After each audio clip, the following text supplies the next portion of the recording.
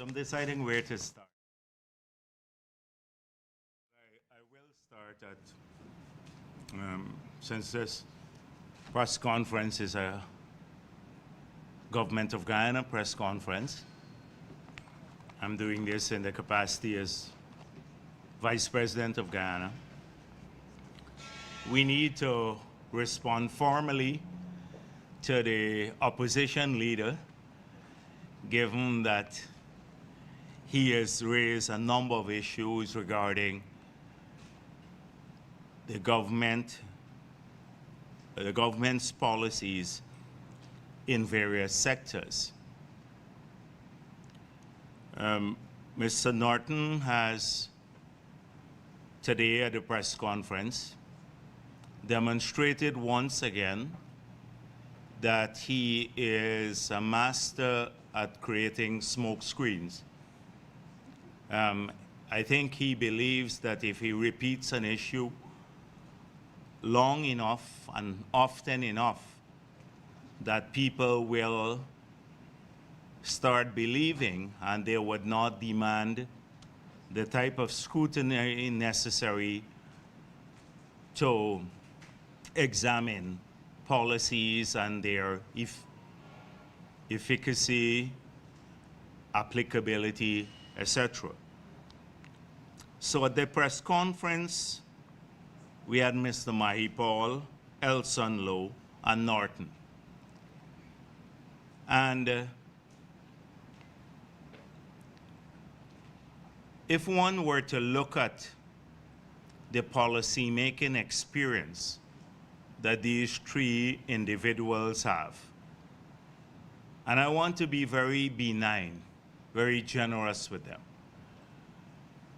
You would not, Mr. Mahipal, apart from the scandals with UG money, has never been in a position to make policies, particularly of an economic nature, in any capacity that he served at in the APNU or in the government of Guyana. Mr. Elson Lowe was a junior person in SARA, never occupied a policy-making position ever in the government, and he had some brief stint abroad that is very clouded. You don't even know about what he did abroad. That's what he claims. And Norton himself, if you look at the places he served, and he served mainly in the Ministry of Foreign Affairs, he has never been in any policy-making position. So, combined, all three of them don't have any authority or any experience to talk about the complex issues, particularly financial issues, that a government by necessity has to navigate in a very complex world with serious interplay between the developed world and developing world, understanding markets, etc. The government has to often be very nimble, and sometimes there's a trade-off in the decision-making process. So they would not understand that. And that is why at today's press conference, they basically said, the Dutch disease is not a real concept, that you don't have to worry about that in Guyana. Although, theoretically, every economist in this world, in countries where you have resource and windfall, that's their primary worry. And the Dutch disease has led to the monoculture, the single sectoral economies that we have observed in many oil-producing countries that have not paid heed to that issue, which is avoiding the Dutch disease. So for them, it's just anything. You can just, a couple of words. For us, we take this seriously because we're hell-bent on ensuring that we don't make the same mistakes that other oil-producing countries have made in terms of the change in relative prices, and that requires careful fiscal management to allow that to happen, and a dedicated policy towards diversification of the economy away from a single sector and creating the incentives for that diversification. And we have done so. We've removed the corporate tax on education, we removed the corporate tax on healthcare. We're very generous with the tourism incentives, so we have new hotels in the agricultural sector. We even co-investing, putting in infrastructure, so we don't face this phenomenon. And we are managing the resources. Even now, the exchange rate, as you would see, has been a little bit under pressure. But the good thing that it is not appreciated, because it's when it starts appreciating radically that you then have the lack of, it affects the other sectors, particularly manufacturing and agriculture, and makes them uncompetitive.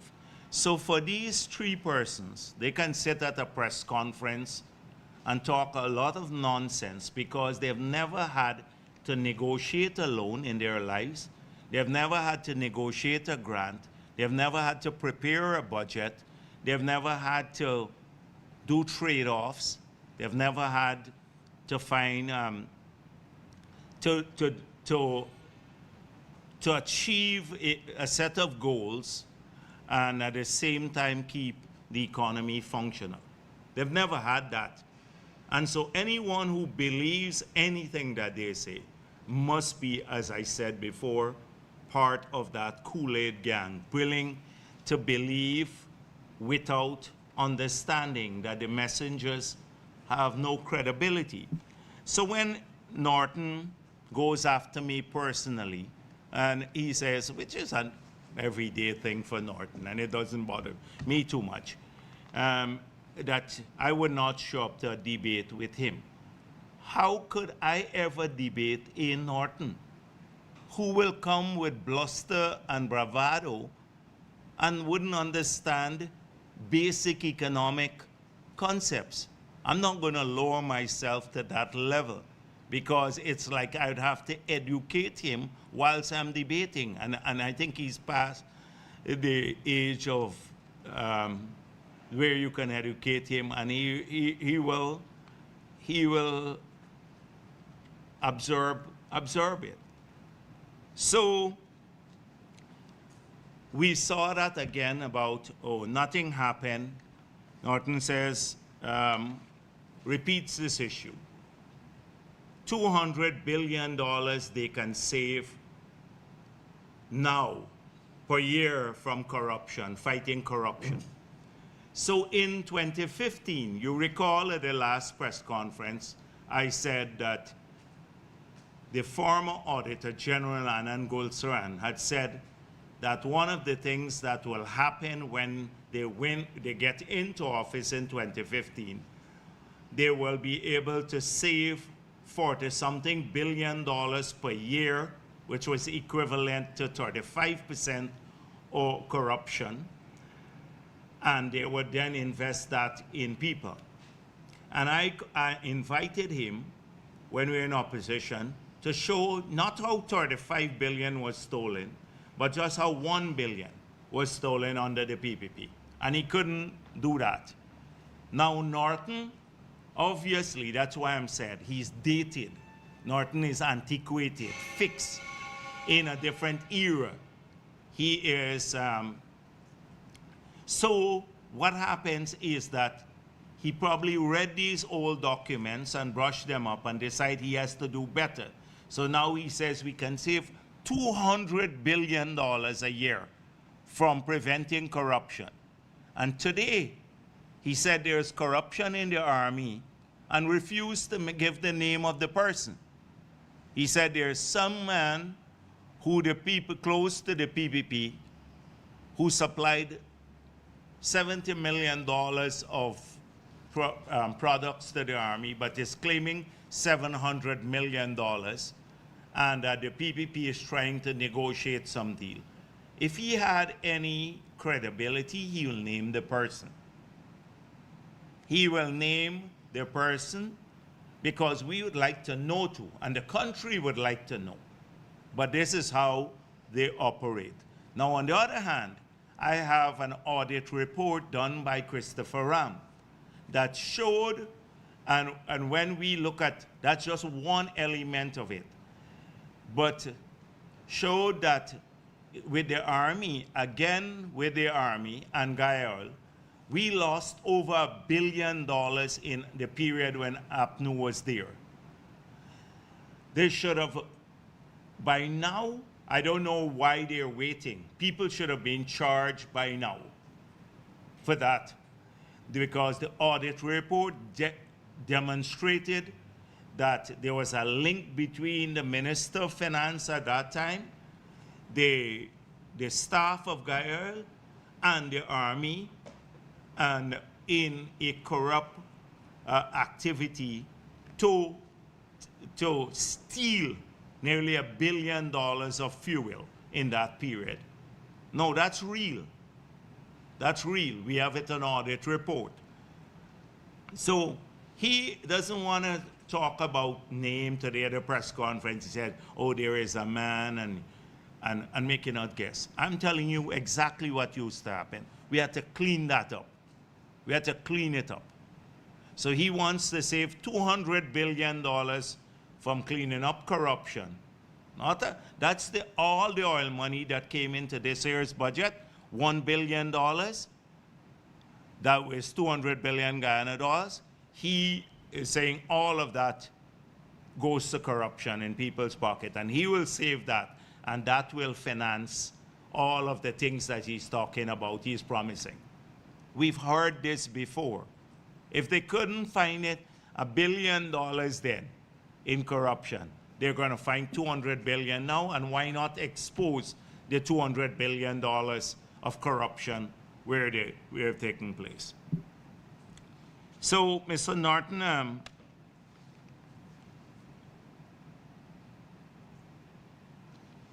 they then said that Robert Prasad said that we need 100,000 people, and it's a signal of the incompetence of the PPP. Now, clearly, Mr. Norton doesn't read. And that's the problem when you have an opposition leader who is busy getting his people to sign blank checks and emptying the coffers of the PNC. I have it on good sources that the PNC coffers had, when Norton assumed office, over $100 million. And he couldn't find $2.4 million now to hold a general council meeting. And we're guessing, are we guessing why? Because if you have your treasurer signing blank checks and leaving them with you, and then you don't have to account for the expenditure, then of course you're going to run down the funds. And he's talking about corruption, and he's talking about cleaning up government resources. And then I want to take you a wager. They have a fundraiser abroad, and not a cent will come back from that fundraiser to the party coffers. I want to take you a wager that once the fundraiser is done, we know the way they operate. And so,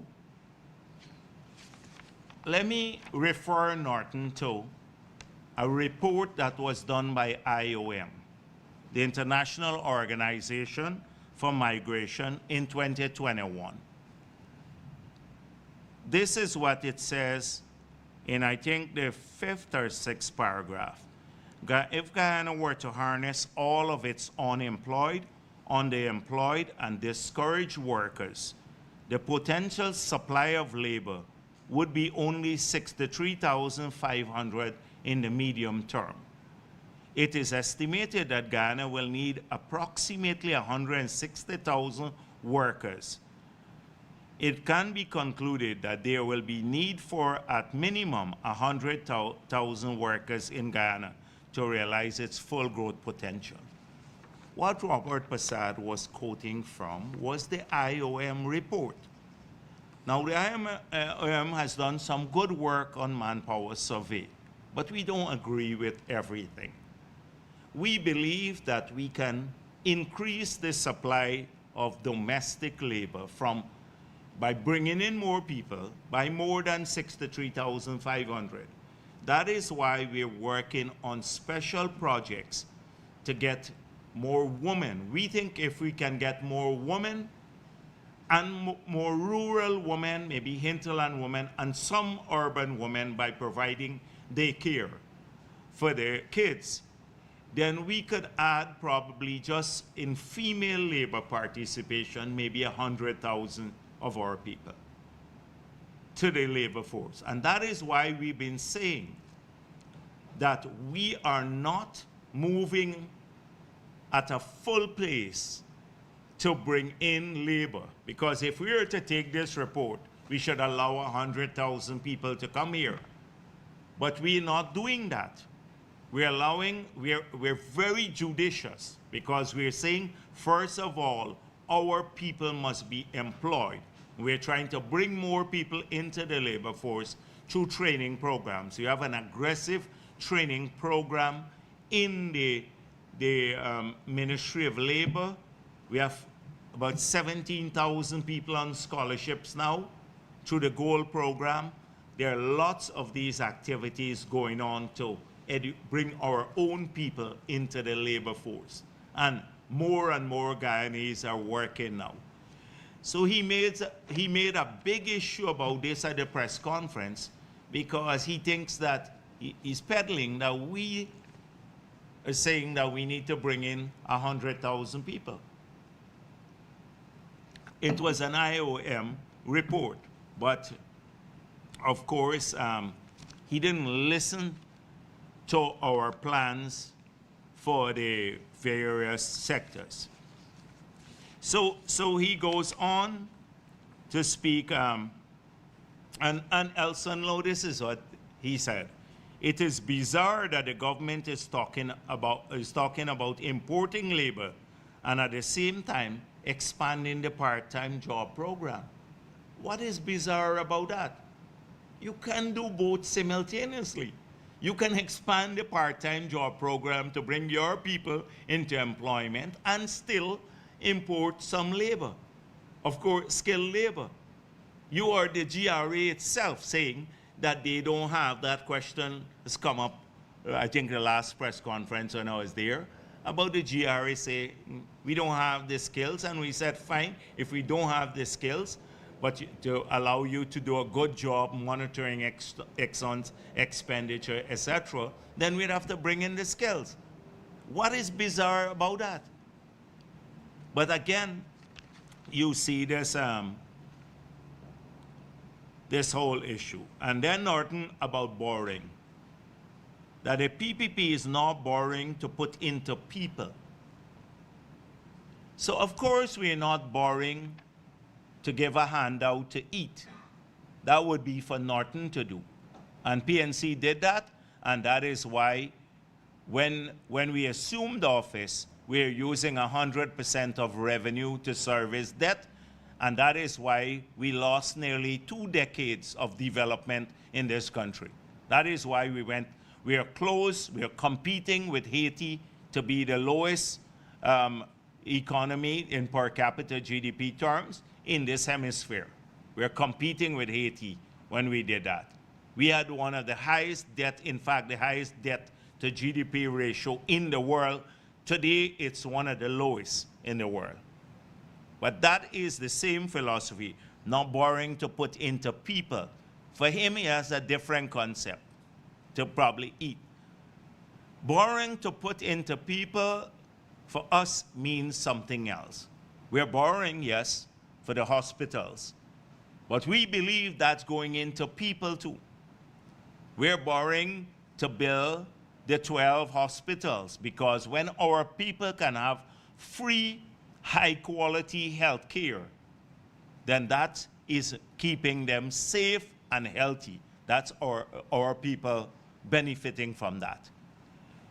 So when we're borrowing to build, to do housing, to put in the infrastructure for housing or to build low-income housing, it's borrowing for our people too, because it helps to house them better, or for our schools, etc. So we have a very different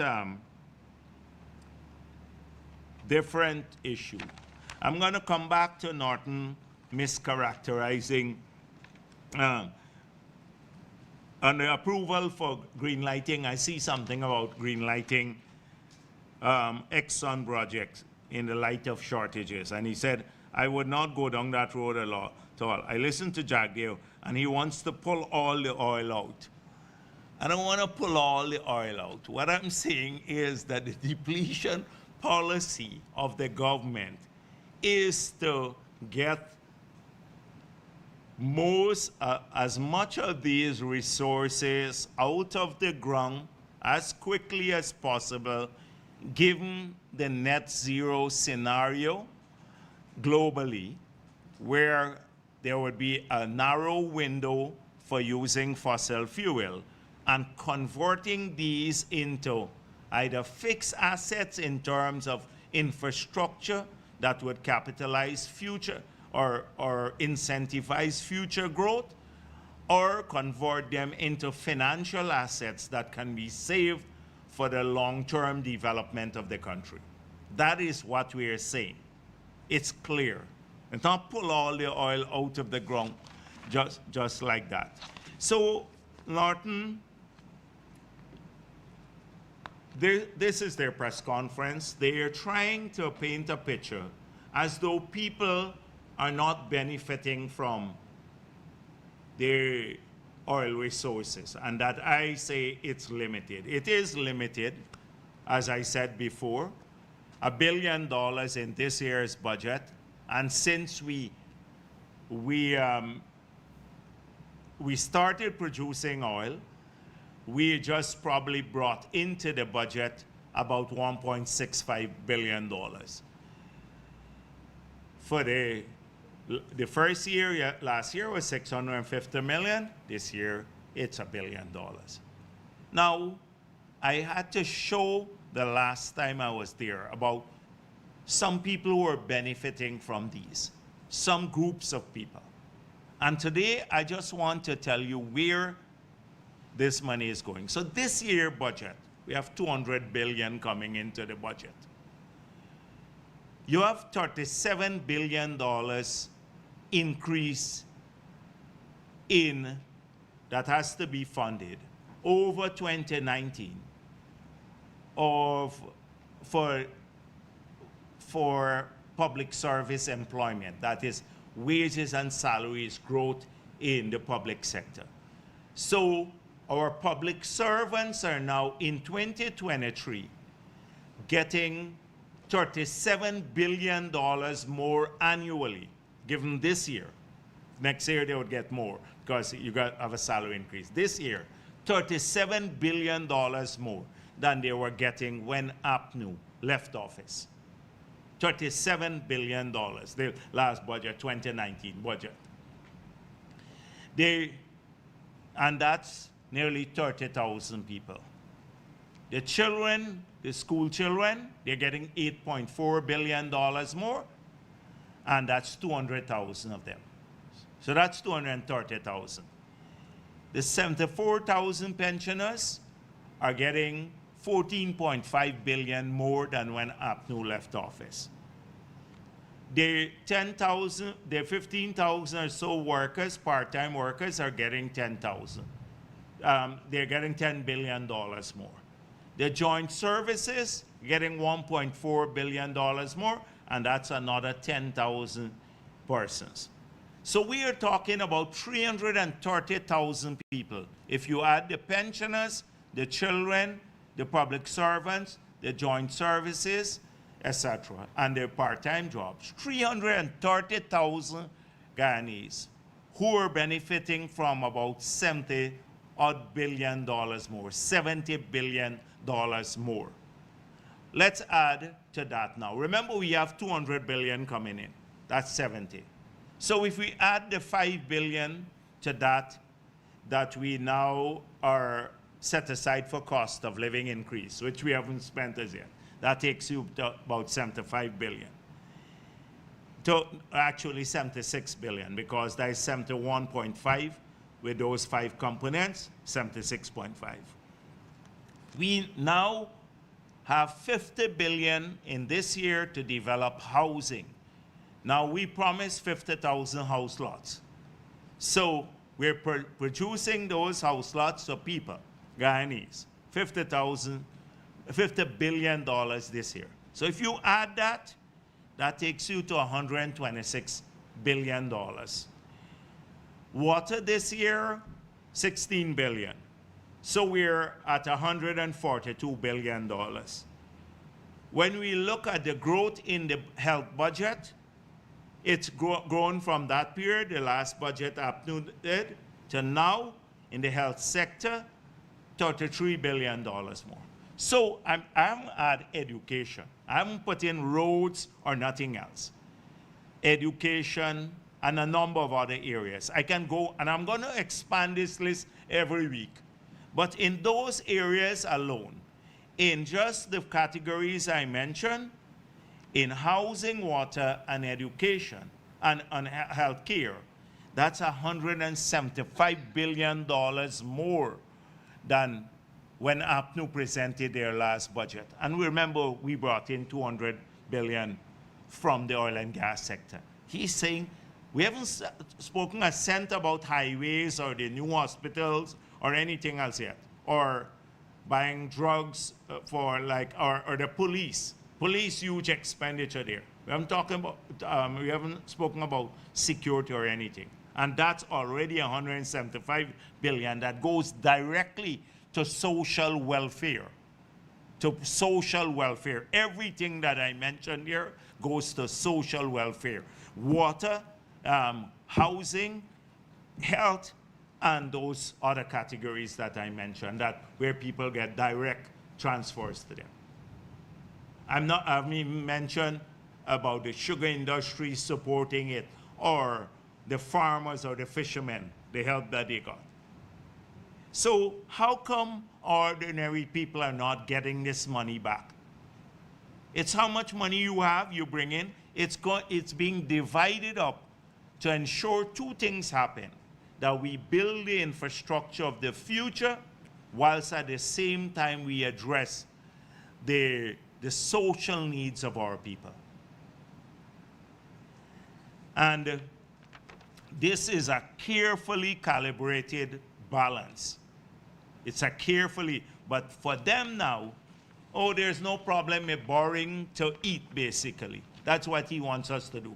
Borrow to eat, and don't worry about Dutch disease, and don't worry about inflation, because the same person who talking about cost of living too high says, don't worry today at their press conference, the 3 of them. Don't worry about inflation. Inflation is a mythical concept. You don't need to deal with that. And every day they're talking, oh, cost of living increasing. Yes, so but don't worry, just borrow, spend, do whatever it takes to give more cash. And that is why I saw a feeble, really pathetic attempt by Elson Lowe to cost some of their initiatives. It's really infantile. Infantile. I would be ashamed to even make such a document see the light of day. I'd be ashamed to do that. But as I said before, very ignorant. So they talk with great sense of assurance in their ignorance. In their ignorance. That it's very hard to get past ignorant people like Glenn Lal when he bites into a concept. No matter what you say, you can bring all the technical experts, put all the logical issues before them, but they're very assured in their ignorance. And so this is what has happened. We had another display of that at the press conference today. People who have not done anything. In the Parliament, they have the rate of finance too. Rate of finance just, and I don't have a problem with people who just finish school and stuff like that, but it's not child's play running an economy. And it takes years and years to understand the nuances. Now, I'm all for young people to get the experience and training and stuff. But really, you can talk a heap of nonsense if you've never been in a table or in a room where serious policy decisions have to be made. You can talk a heap of nonsense, and it sounds good. And it sounds attractive. People hear, oh, you're getting more money. Forget all this inflation. Just give us more money.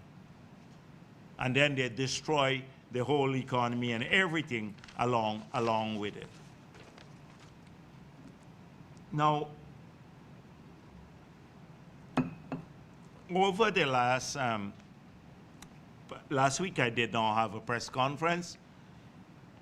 So I've seen they have had a lot of debates on the Coffee 250 activity. And it's very interesting to analyze. It's not unpredictable. So as I said before, there is a group of people who are dedicated to doing a couple of things. Their only job is to ensure that Afro-Guyanese feel dissatisfied, that somehow they're not making progress, or they're not making progress as quickly as they should because the PPP discriminates against them or has policies that harm them accumulating wealth. And this is called, the Kool-Aid gang. So it's a very potent political tool, because if you keep saying that to people over and over and over again, every time people encounter a problem at the bank, they would say, oh, this must be because of discrimination. They encounter a problem at housing, never mind, you have everyone encountering the same problem. People of every race encountering the same problem, but they feel that they were singled out for special treatment in a discriminatory manner, because it builds a mindset. And we are trying to break that narrative by facts and figure, and urging people to do that. That is our struggle in the PPP. So, but it keeps, they can't move away from it. So they will have various manifestations of this. And so Nigel Hughes, who's been no friend of the PPP, he has joined the gang, but in a more sophisticated manner, in a manner that seems national and balanced, but the same medicine and the same purpose. That is, you're being discriminated against because you're black, and therefore we have to find another mechanism, and we're ensuring that you get wealthy. And we are in APNU, are the only ones who can do that. The PPP will not do that. That is their narrative. But if you examine, let's examine a number of facts on these issues. So first of all, there is this position by Mr. Hughes that political decision-making should be done by supermajorities to force consensus. Now, in the article, Mr. Hughes said that, I think he was responding to what I said before, that we have to have a period of building trust between the two parties for us to learn to work together for a common purpose, and it must be based on a number of principles. And the two core principles was respect for democracy, free and fair elections, and to move away from racism. That is what we said are preconditions for any engagement with APNU, but there has to be a period of building trust. And I said this as president, we did a paper along that line, a white paper, and we issued it, and we had debates about it. And why was that so? The reason we had to do that is in the constitutional reform, we've had numerous engagements with APNU in building trust. At one time in the city council in Georgetown, we agreed that we had tried to rotate the chairmanship, the mayorship. So they had, I think it was Randolph Jordan or some, yeah, I think he was mayor. In the first, they said they will take the first turn. When it was the PVP turn to have Philomena Sahai Shuri there, they refused to have her take over. Two, we've had several engagements with APNU historically, and it has always been bad faith. Three, at the constitutional level, we said, hold on a minute. If we cannot reach consensus at the level of the executive, why don't we build in the parliamentary system is moving away from the Westminster model, an arrangement where at each level it will force some side of some opportunity for the sides to work together. And we did that in the constitutional reform. Right? The Parliamentary Management Committee was basically run by the executive. We replaced it with five from both sides, chaired by the Speaker, so that both parties had to collaborate in running the agenda of Parliament.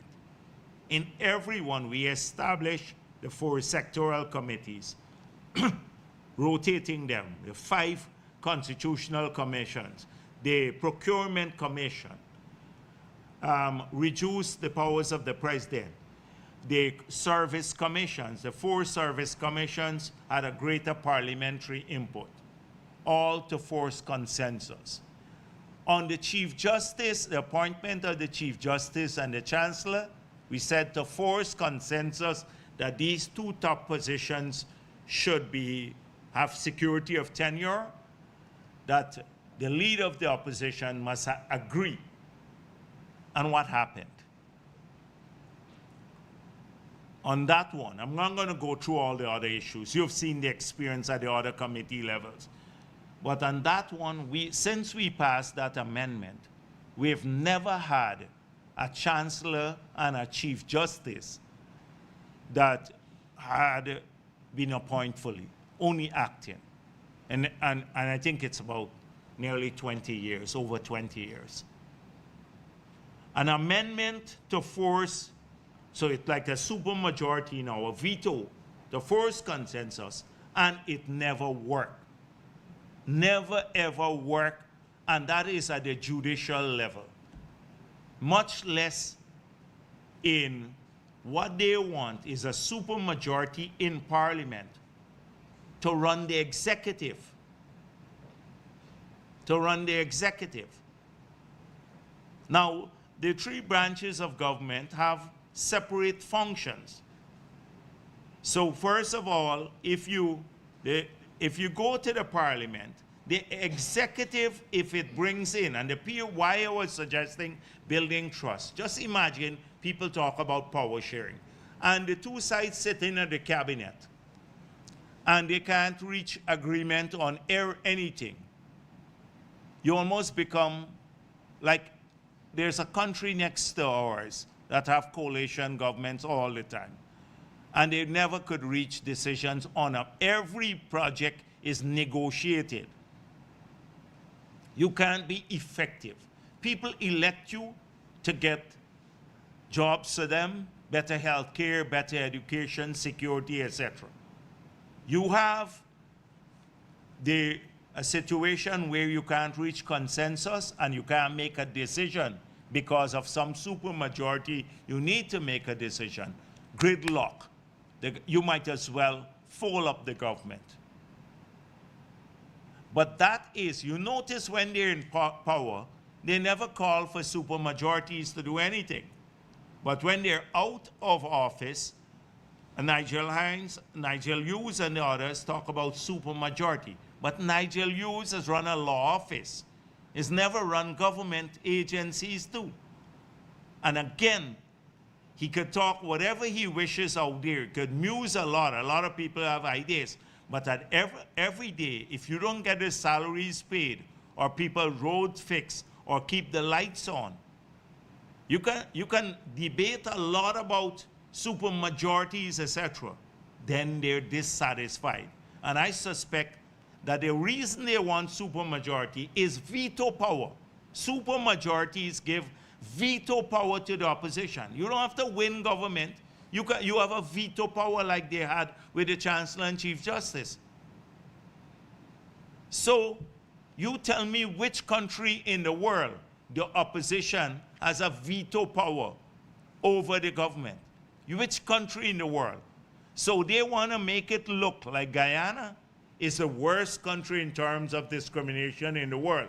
I can tell you, like in terms of Guyana, if you look at every branch of government, they reflect the ethnic composition of our country.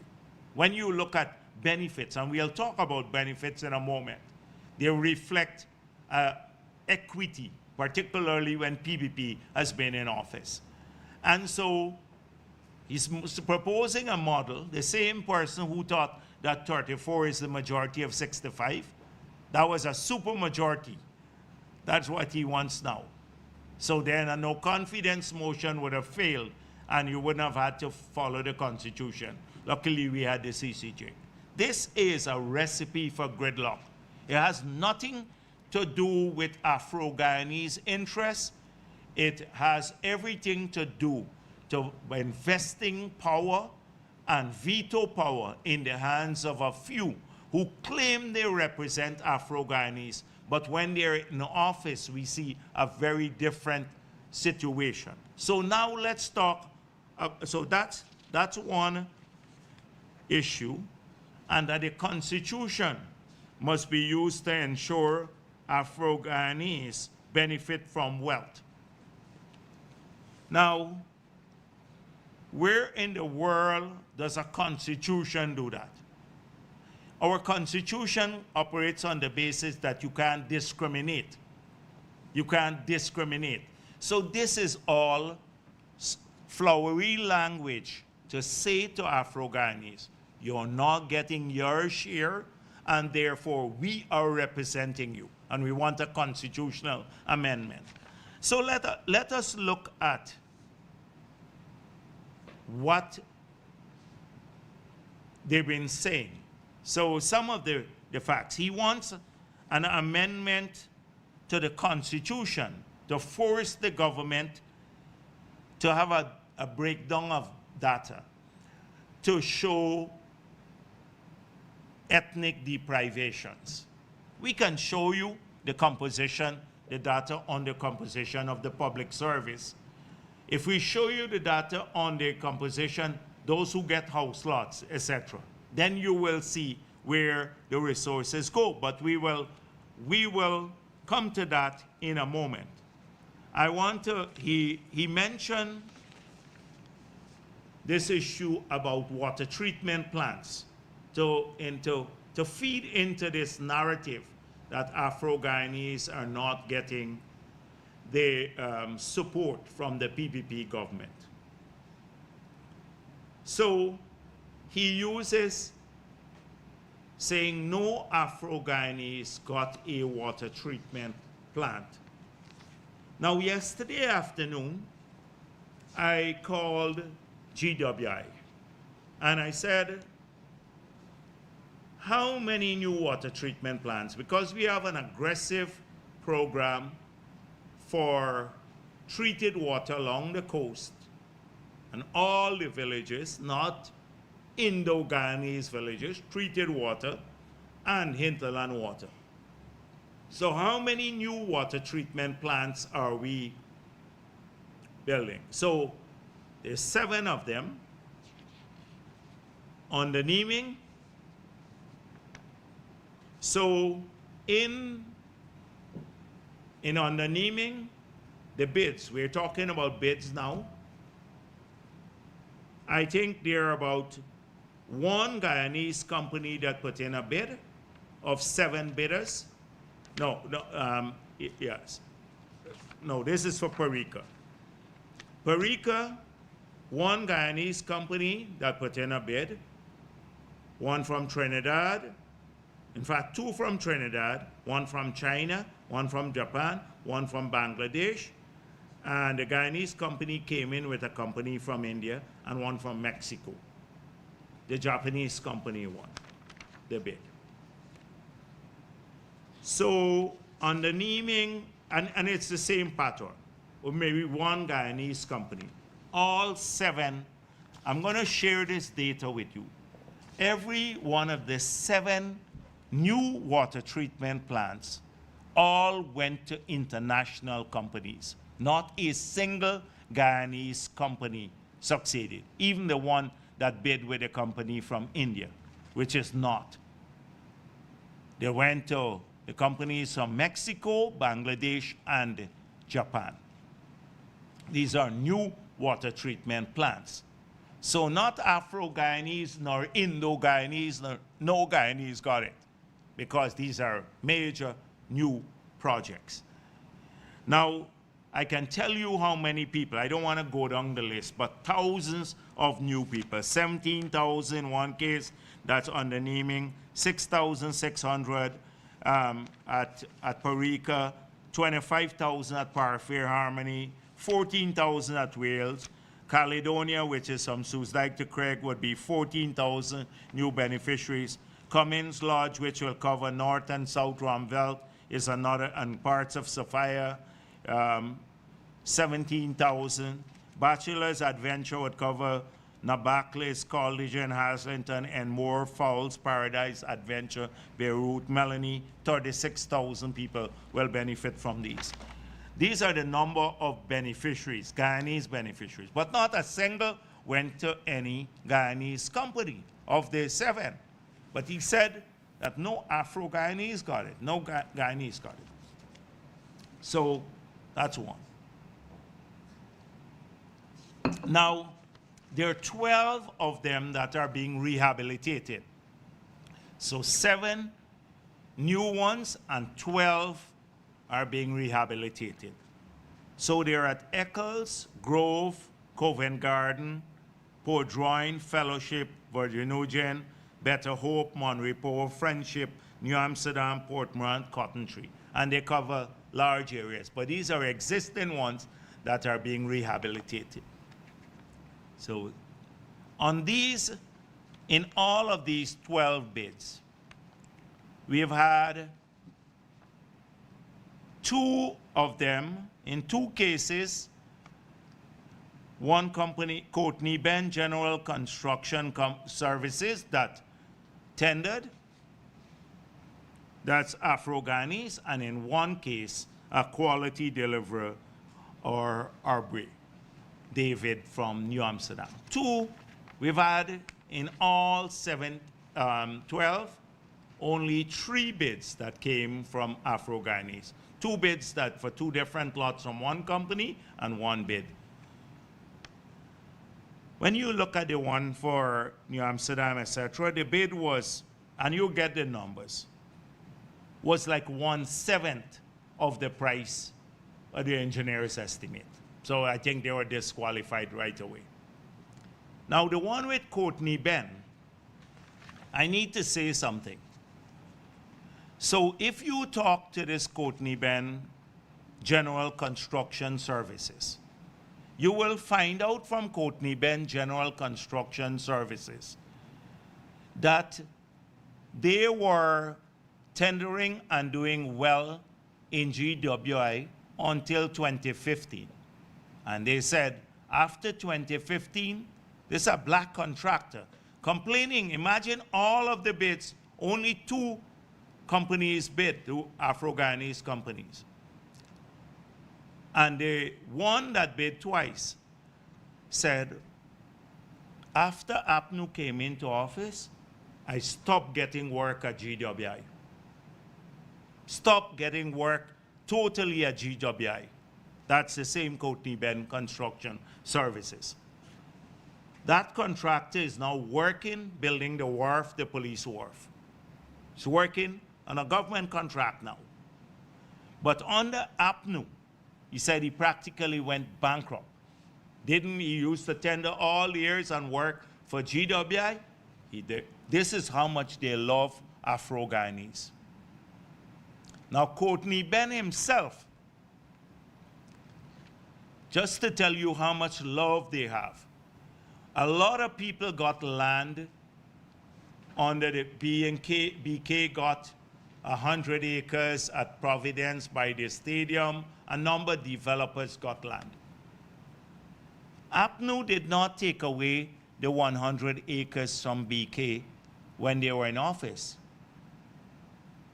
But guess who they took away the land from? The 50 acres that Courtney Ben had at New Providence, he lost it. They took it away from him, the 50 acres. A black, one of the few black persons, maybe there were 3 or 4 black persons who got under that. They took it away from him, the black person, and then he didn't even get back his money that he paid. It only when the PPP came into office that we gave him back his money that he paid for the land. They took away his 50 acres. That's how much they love Afro-Guyanese. You ask how many Afro-Guyanese went bankrupt in that period. How many Indian businessmen, big ones who were carrying bribes to the offices of the ministers, were getting contracts. And they can tell you their experience because they were forced to, many of them. But they were getting the contract, they were buying it. That is the experience. So when Nigel Hughes and APNU talk about love for Afro-Guyanese, more black companies went bankrupt in the 5 years of APNU than anything, any period in our history. Well, there were none practically in the period up to 1992 because the whole country was in shambles. So what experience, what have they done for Afro-Guyanese? They took away the children grant, so all the black children were deprived too. They took away the water for the pensioner, all the Afro-Guyanese were deprived. In Linden, they gave land to only a couple of people. Today, more people are getting land in Linden. We have more people employed in Region 10 and Linden now under the PPP, Afro-Guyanese, than under APNU that left office recently. How is this love reflecting itself? And they want equal balance. More Afro-Guyanese have scholarships now, maybe 6,000, 7,000 of the 17,000, more than that maybe, because the last count was about that. 17,000. That's six, maybe 7,000. I'm being conservative here. have scholarships that didn't have when they were there. Thousands more got house lots under this government that they couldn't get when they were in office. And they're the ones championing the cause of Afro-Guyanese. Sometimes I think if we were not there, they would just take that community for granted. And everybody has benefited, not only Afro-Guyanese, but Amerindians have benefited too. And Indo-Guyanese, we work in all the communities to make sure that they get help, every community, not just one community. So what is this thing about your love for Afro-Guyanese? This is what they want to keep people dissatisfied. You're not getting enough.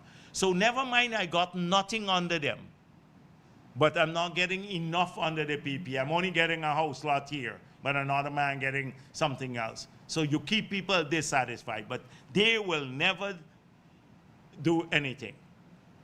And this is the fallacy of all of this. Every time a Nigel Hughes and the others talk, they will go through that. They can't deal with the fact that more businesses, etc. Now you have more Afro-Guyanese contractors, not a few big ones, many small ones, because the few big ones, even a couple of them who started off under APNU. One man told me he started off, and before he reached home, they were calling him for money. Practically bankrupt him. Practically bankrupt him. You check who had to pay homage and which minister's office they had to go to, etc. So when I hear this, Nigel Lewis talk about constitutional reform for equity, this is pure nonsense, utter nonsense, because we're in the world where the Constitution tell you to do that. It's people to ensure equity. In fact, if you look at every aspect of the allocation of oil and gas money, I just pointed out to you some sectors where nearly $170 million would be spent. And those are in health, that all of our people will benefit from, housing, and the children, the pensioners, etc.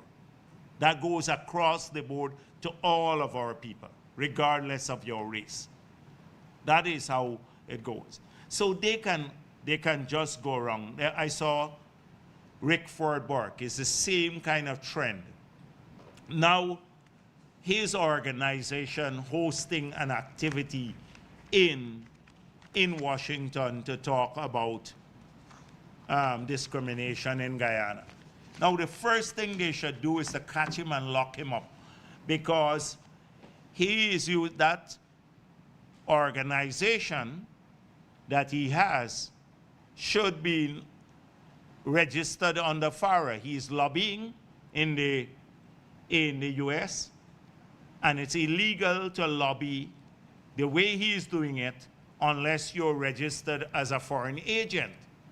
So that's what they should do, and maybe someone needs to complain to the Justice Department and other places that he is doing that. He's collecting money for that purpose, and I think he is ripping people off. He creates this organization. He has to generate activities and to have profile, and then he raises money to do this. So that's what he's been doing. And then we know that he's a criminal. He tried to extort businessmen for money here. So anybody who associates with him, they're associating with a criminal type, a criminal in Washington. And we will make this point, you know, and I don't care which congressman or anybody else who wants to be part of a criminal network, because that is what he has. I don't care about that. Because at the end of the day, the people of this country matter, and particularly those who live here. They matter. So we will robustly take that on, and we'll point out all of this. In fact, he'll get some robust engagements there, and we'll embarrass those who will be part of these activities, because we point out there are links to a criminal who is living off of the US and probably living illegally off of the proceeds in that country. So I just wanted, I'm going to share with you some of this information. And another thing is that they use, the same Nigel used, he talked about water treatment plant. No Afro-Guyanese person has an oil block. Well, a few maybe have gotten Indo-Guyanese from the past, a long past, but nobody, not Indo-Guyanese, Afro-Guyanese will get a new block because you have to bid now. Now, if they bid and they provide the signing bonus and everything else, because people like to flip these blocks, then they will get it. But this is not like Indo-Guyanese getting it at the expense of Afro-Guyanese. And those who got blocks, many of them now are thinking about getting, because they've spent large sums of money in Kanji and Kaishore especially, and they have not gotten commercial oil. So they're out of pocket now, seriously out of pocket on the exploration. They would only be able to recoup all of the costs for the failed exploration if they move to a project, because without a project, they have no opportunity to do that. So again, this is the kind of mood. It's keeping people dissatisfied. And that is why we need to present facts to break all of this fallacy.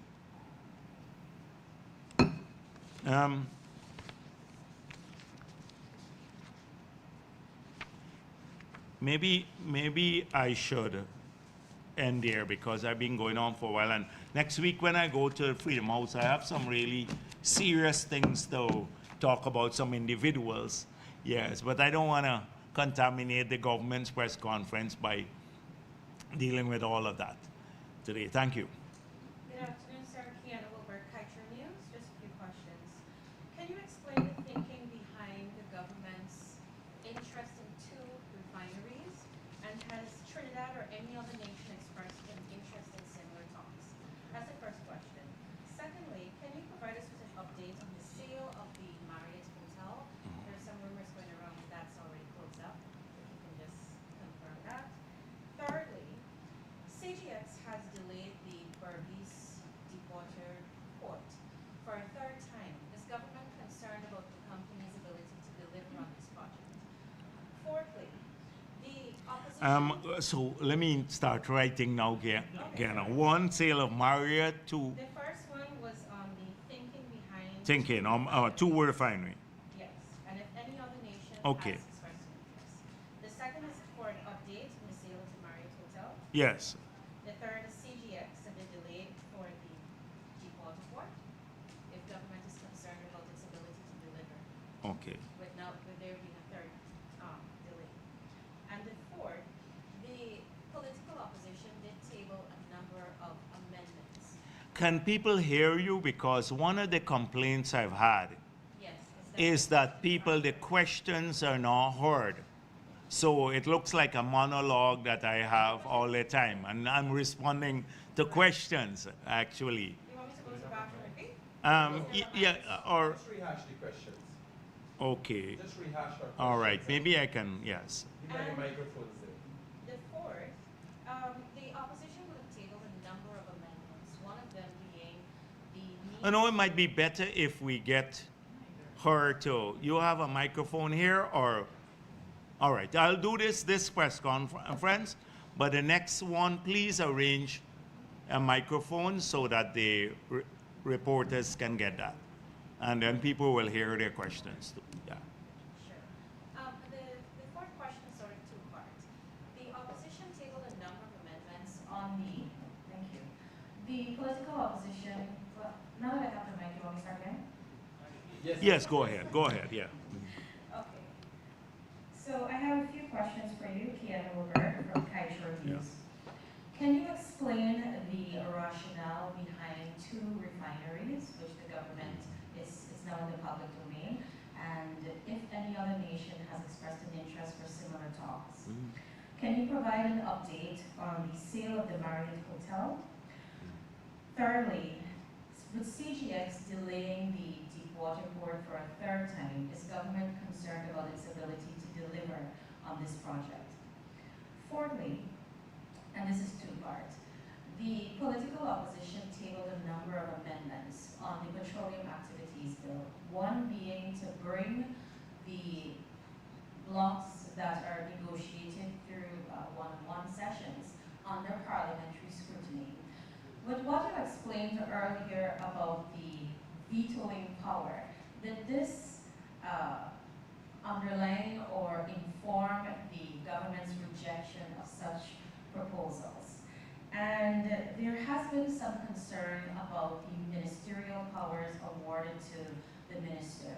Can you provide some clarity on who will serve as the check and balance against the abuse of the powers granted to that official? So, yeah, this is back on?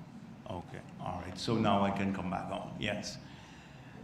So, we still are exploring one refinery, but we've had several interests. So we went out for requests for proposal. We have several of those.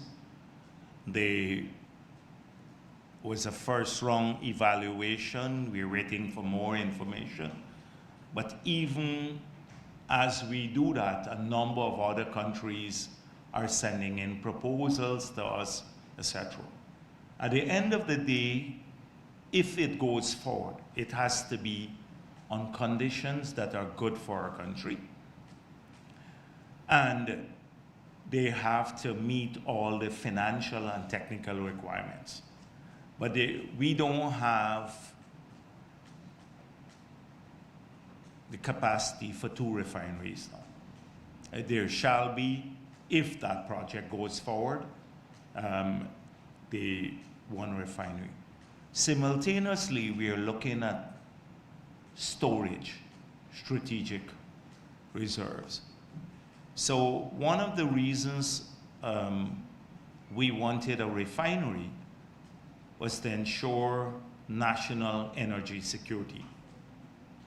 And we're exploring what it would take to toll some of our crude and what fee we may have to pay for tolling the crude and then bringing back the refined products and storing them, like in the US they have strategic reserves.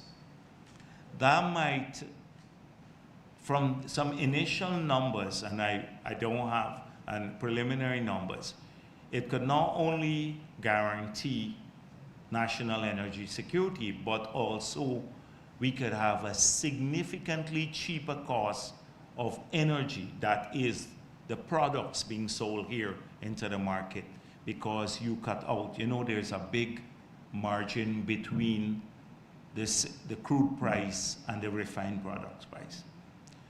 So that is being explored too at the same time. Although you didn't ask about it, we just come up with we're moving ahead on the gas strategy, and because that is a promise once we get past the legislation and could actualize the bid round, we will move to the gas strategy. We may very well explore the market. That is for the bigger project, gas monetizing the other gas reserves that we have, not for the Wales power plant, and seeing what interest there is in the market. Because if we await maybe just Exxon moving at its own pace, then this might not be a priority project for them. And for us, monetizing the gas reserves, probably building a petrochemical industry, maybe LNG, that could yield significant value to Guyana. So we started now activating that, and we've started looking. If you were there at the meeting, the local content activity that Guyana had, I said to them that once we've completed the architectural work, which is about complete now, then we will move to data, strengthening data collection and also verification work with Exxon and its production. And so we're turning our attention to those issues also at the level. So that's one issue.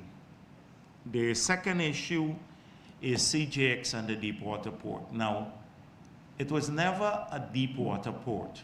Deepwater port would be a port that can bring in the massive vessels. In the Berbice River, that location, it's hard to do a deepwater port. So this was more when about, I don't know, 15 years ago, when they got the land there. This was to allow them to build a facility from which they would support the exploration activities. Now, we've had discussions with them because even if it is a port to support oil activities offshore, because we expect a lot more oil-related exploration once we get through the bid round. You know, assuming we get 14 bids or even six of the 14 taking up the blocks, then you'd have an acceleration in exploration activity. So that would mean more people to work and more porting and docking facilities and drilling vessels and all of that. So they can probably use that there. So that is what we are pushing them to do. Now, that is unrelated to the other things that we discuss about relinquishing some blocks and making a decision on whether they move to production in the remaining, for the areas where they said they've found oil. So it was never intended as a deepwater facility. A deepwater facility would mean that you can bring in like the Panamax vessels and stuff, those massive vessels. In the area where they are in Berbice, with the dredging costs alone to get into that will be huge. So a deepwater port too will cost, I think they estimated it's $30-something million. A deepwater facility of the nature may cost upwards of $1 billion that we're talking about. That's the going cost globally with massive docks and everything else and cranes. So that's where we are. On the sale of the Marriott, I know that the negotiations NISIL was doing the negotiations. So you may be right. It's basically to wrap up. You know what the bid they're negotiating with the bidder. So it's just as soon as they can wrap it up, we'd be happy. Earlier, the better. I don't know if they've completed that. I've not followed that. I've moved on to other things. But then that will probably go to the cabinet and then be concluded. But the cabinet has already accepted the highest bid, which is $90 million bid. And so the opposition made a number of suggestions to amend the Petroleum Activities Bill. And I see Patterson is now getting kudos as the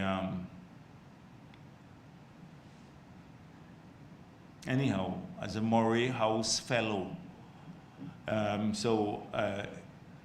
Because this is the same guy who made a mess of the sector that he was in. Same guy who's been dangling stuff all over the place. So it's the double standards. And thirdly, who is charged of corruption? So when it rubs me the wrong way, the first thing, that he moralizes and been charged before the court for several acts of corruption that he performed as minister. And by not a long way exhaustive, we just try to drop some of them and not even move on.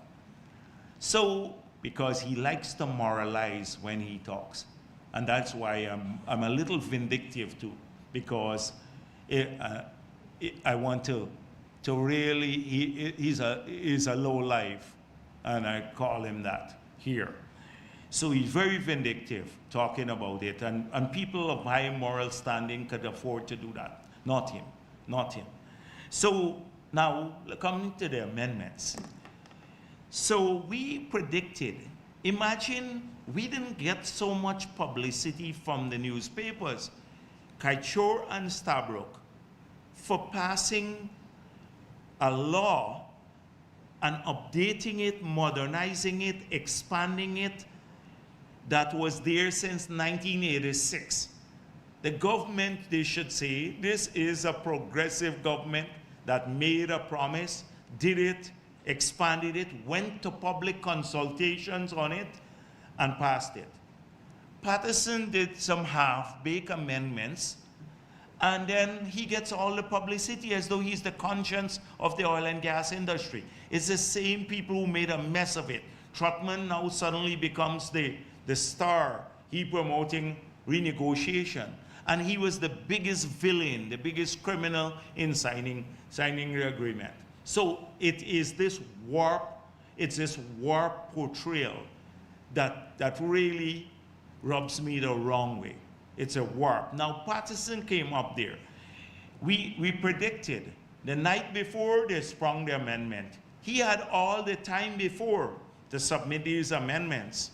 So they had the public consultation. He wants to do it in Parliament. It goes the same way. They want to manage the oil and gas sector from the Parliament. That is what they want to do. Manage the oil and gas sector from the Parliament. And you know what will come out of it? The same people who were defending Exxon and defending that contract. Ramjatan said the contract is the second best thing since independence. Second best thing since independence. Now for the public show, they want a grandstand. They're the conscience of this country.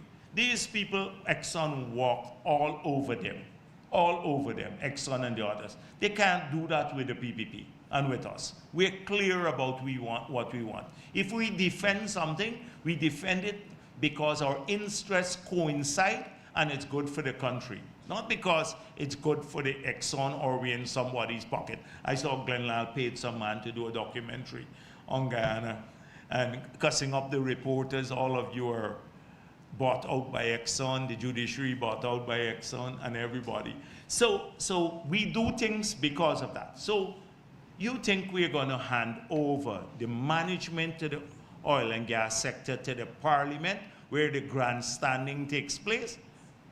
They would just shut it down for vindictive purposes, because they're not happy when people get jobs.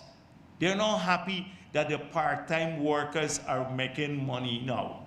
They're not happy for anybody. They just want to see failures. They failed in government and to do anything on the architecture. And you think we're going to hand it over and give them veto power, almost? Now, and there was one point you made, oversight. Oversight. Now, this is why that a lot of the authority now, when Trotman ran off on his own and signed things, the minister has to act, one, in accordance with the law. If he acts outside of the law, and the law is clear about how he exercises his power, but he has to do so in most cases where it matters with the approval of the cabinet. So he cannot, unlike the old legislation, he cannot do it on his own. It means a collective scrutiny of the documents and the exercise of his power. We can't vest that in Patterson or Norton. We can't vest that in them. We vested it in a larger group that has collective responsibility to the people of this country. We made it clear, a lot of the amendments had to do with the Petroleum Commission. We said there shall be a Petroleum Commission at the appropriate time, and when that comes into being, that the powers that have to be migrated from the minister to the commission or from the cabinet to the commission shall be done at that point in time. And a lot of their things were about the commission. So that is why. But what rubs me is these half-baked amendments and some people getting all, you know, excited about these in the newspapers and stuff like that. And I look at it and say, is this a nonsense that goes? They missed the core thing. We passed a new law. Now we have a modern framework for managing the oil and gas sector. The law is comparable to laws around the world, modern laws. And in most countries, the authority rests with the minister. With the minister in most countries. It's a comparable law that is modern, not 1986 law. We should be celebrated for that. And we should, but we're not looking for a pat on the back, but just to take this sloppy piece of work that he did and elevate it to sometime like this is a seminal piece of work that will change the industry. This was the same thing. And now the new PSA is in effect now. So he didn't find a problem that he wanted to do a 2% agreement that they were defended, 2% royalty. But he wants, now we've increased it to 10%. So he wants to put in for the public show between 10 and 15%. No simulation, nothing, to look at if we remain competitive. If we move it to 15%, you could effectively shut down all the exploration money and, in fact, future oil flows to Guyana. If you move it from 10 to 15, but he wants to put that in the legislation to make it look that they have bigger cojones than others. But they were wimps with Exxon. Total wimps. Or total wimps with Exxon. They just, and now that's all grandstanding that takes place in the parliament. It's sickening to see the grandstanding. And the newspapers feed into that grandstanding. When we came up with that, we explained how we came up with the fiscal terms. We took time to explain. They didn't even make a comment when we put it out to public consultation. We said we did it in an iterative way. We said, what if we increase the royalty from 2% to 5% and the taxes to 15%? And we work out. We said, where is the global spectrum of competitiveness? Where do we want to sit on national take on this spectrum? And then we work backwards in an iterative way to come up with a 10% royalty, a 10% corporate tax, 65% maximum for cost recovery, and then small blocks soon, they'll be ring fence effectively. And that yields a significantly higher take for the country, but keeps us competitive globally. I saw some articles in urging Namibia to follow the Guyana model. A lot of, about how we are approaching the industry. This is African countries. We have had a lot of calls now from especially newly producing countries. They want to come and replicate our experience. They want to know how we are moving to bring in place modern pieces of legislation and agreements at the pace at which we are doing and still keep the industry going. We promise to help. I personally promise that they can come here. We've seen a lot of delegations coming in to learn from us. Local content legislation can learn from us. So those are the, no, let me go to another. You had 4, so give someone else, yes. Good afternoon. 4 to Kaitro News, yes. So. President Jamal King, Oil now. Could you give an update? Were you one of the journalists in the documentary? That's just an aside. I wanted to flush the bit, throw you off a bit. I haven't seen it. Yes, I haven't can seen you it. give an update on when the government expects to publish the finalized new model petroleum agreements? And have you gotten any closer to getting the U.S. Exim Bank to approve that loan to support the gas energy project? So they are working, our embassy in Washington is in daily contact with the Exim Bank, and they feed us reports, the Minister of Finance. And so they're going through all the steps. You know, there are several steps you have to go through. And I think we're on track on the Exim Bank loan. We've been assured this at every level when Secretary Blinken came here, or different delegations, that the U.S. sees this as priority too. So we have a technical group of people working on that to make sure that it happens. The model contracts, I think by now, I asked the ministry that we should get the law sent it to by the president, and the final contracts for both deep sea and the PSA for the deep water and shallow sent to all the bidders. And as soon as they were sent off, I don't see a problem why they should be on our website. So let me find out from the ministry where exactly they are, but this is a priority now, given that we have set, I think it's September 10th. I don't know the exact date. I think it's 12th, September 12th, as the deadline for the submission of the bids. So we need to get that out to the bidders. But all the bidders have been familiar with what's going on, so they've probably seen them already. Okay, if we can come back to the loan. Yes, do sure. you have any indication that, what I'm trying to get is, do you see this process right now as just procedural? Do you get the feeling that they will approve the loan? We've been assured, the president has been in touch. You know, when we're in Washington, the president met the president of Exim Bank, and there have been regular contacts. The president is going to, in September again, to Washington, so I have no doubt that there will be further engagements, but we've been in contact at the highest level. There is nothing that we're told that is adverse in the processing of the loan at this point in time. APA Corporation, oil company that has stakes in the offshore Suriname, has said that there are some discussions between Guyana and Suriname or something like that to have floating LNG developed, like a joint development. Could you speak to that? Oh, we always keep an open mind. It's not discussions to finalize anything. We explored various ideas. In the beginning, about 2 years ago, I went to Suriname, and we were even exploring that. Whether at that time the president had visited, and he asked me to go follow up on some issues when we were talking about this energy corridor.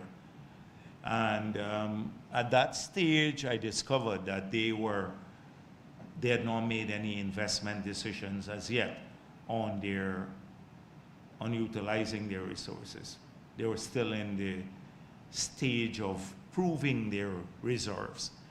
So we even had then about about common infrastructure, joint exploration, joint development, if it makes they make the project more viable. But we're not awaiting anyone moving. We're not going to be constrained by the pace at which another country operates. But along the road, if we have commonality and they move at the same pace, because we don't need to be shy about what we said already about the pace at which we're moving, that if we have commonality, we'll explore with any country, Trinidad, Suriname, anyone. Okay, finally, you said just now when talking about exploring perhaps refining Guyana's crude, the possibility of like having the crude refined somewhere else than brought back for strategic reserves. I'm trying to get an understanding of how you rank the proposals for refining our crude, because I'm looking at the fact that we have a very experienced neighbor, Trinidad, that's right there and already has a refinery. And so when the Dominican Republic announcement was made, it kind of felt out of the blue. And so how do you feel about Trinidad right now? No, in Trinidad, at one stage, there were some discussions, but if we are doing a refinery, it will be here, because it defeats the purpose of your energy security, and you have the refining done in Trinidad. But if you can get a tolling fee, it could be refined anywhere in the world, but you then store the refined products here, then that's a different concept. So one, if you're doing tolling, then it could be done anywhere else, provided it's cost competitive. If you're doing the refinery, it has to be here, because what if there is like a disruption in global supplies or regional supplies for an extended period? Then, and the refineries in Trinidad, that doesn't help us. So those are the considerations. Right. Dr. Jagdeo, a few questions. Firstly,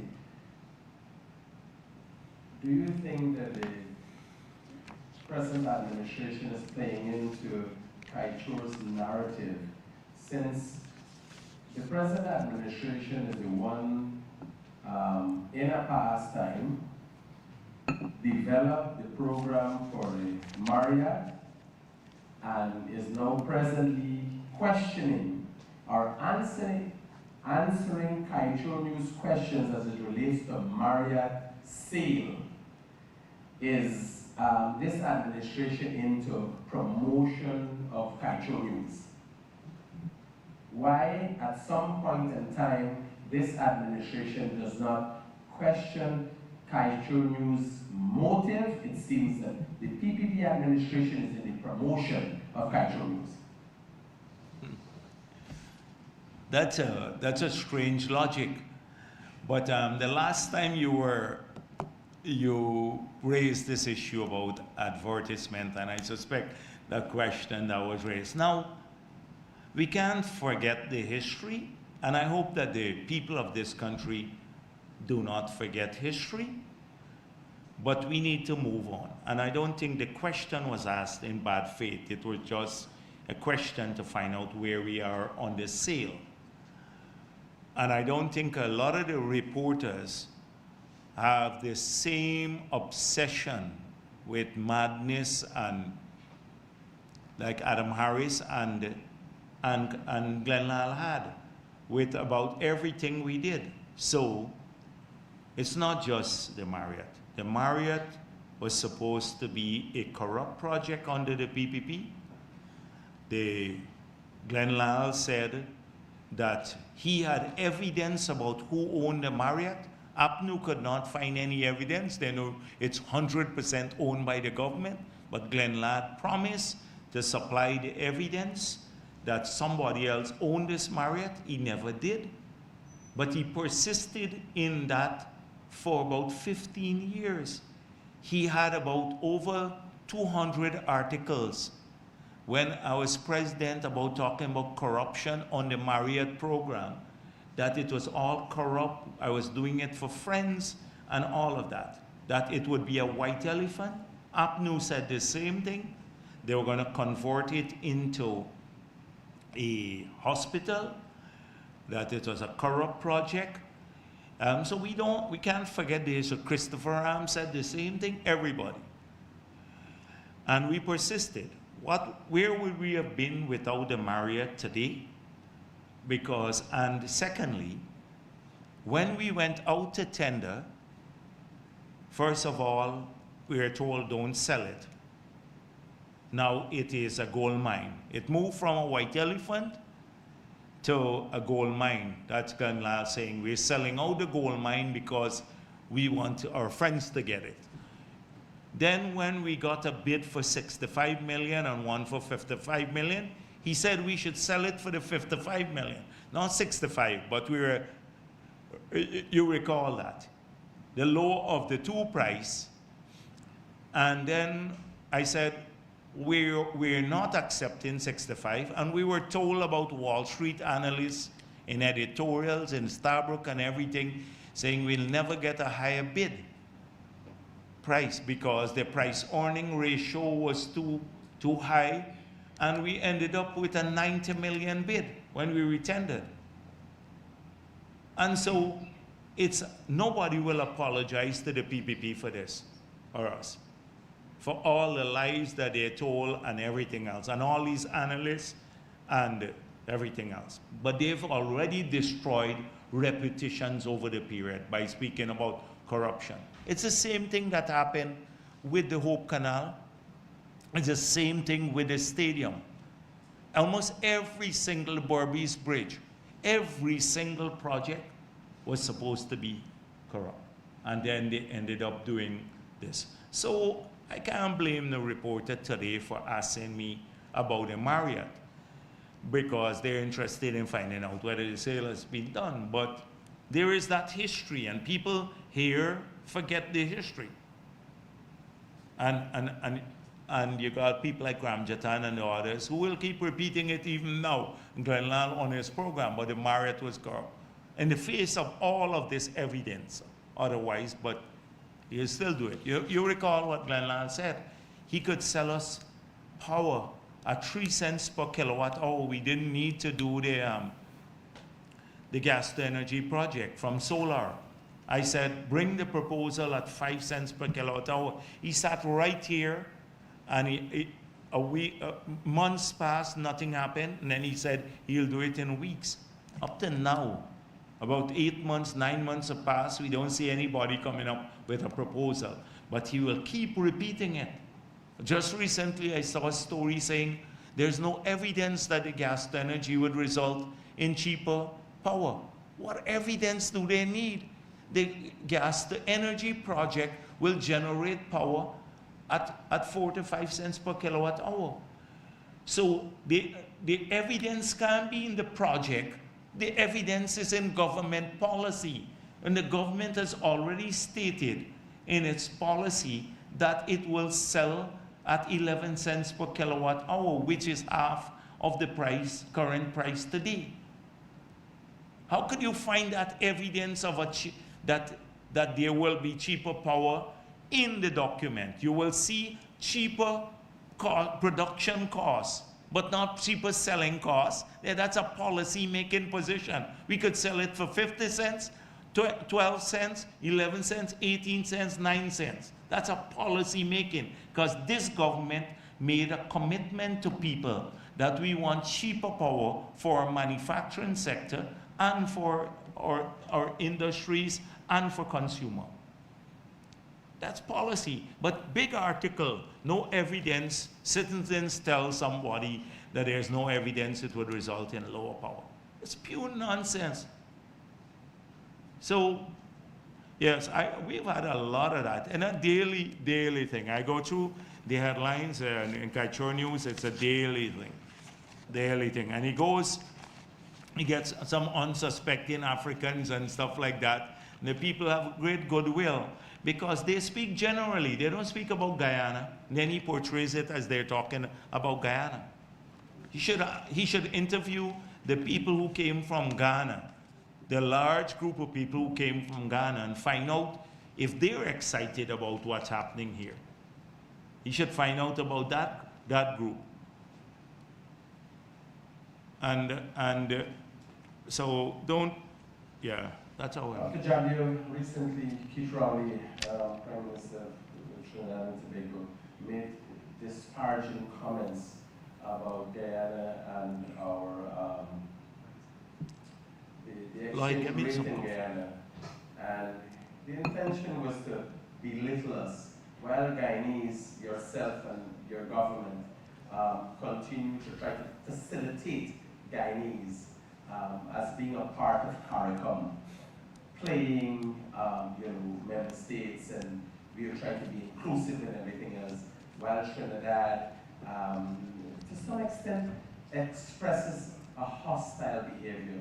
We've had this with some Trinidadian companies where they express an oppressive approach to Guyanese. How do you address that? Well, first of all, we heard about these comments when we were in opposition a lot, and about how cozy they were with APNU. And we found a couple of evidence of that, and we know why.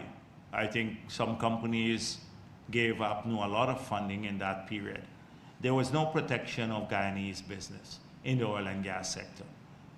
And that is why it was this government that passed the Local Content Act that allowed Guyanese companies now to benefit from rental of vehicles. They were all being done from companies from abroad, particularly Trinidad.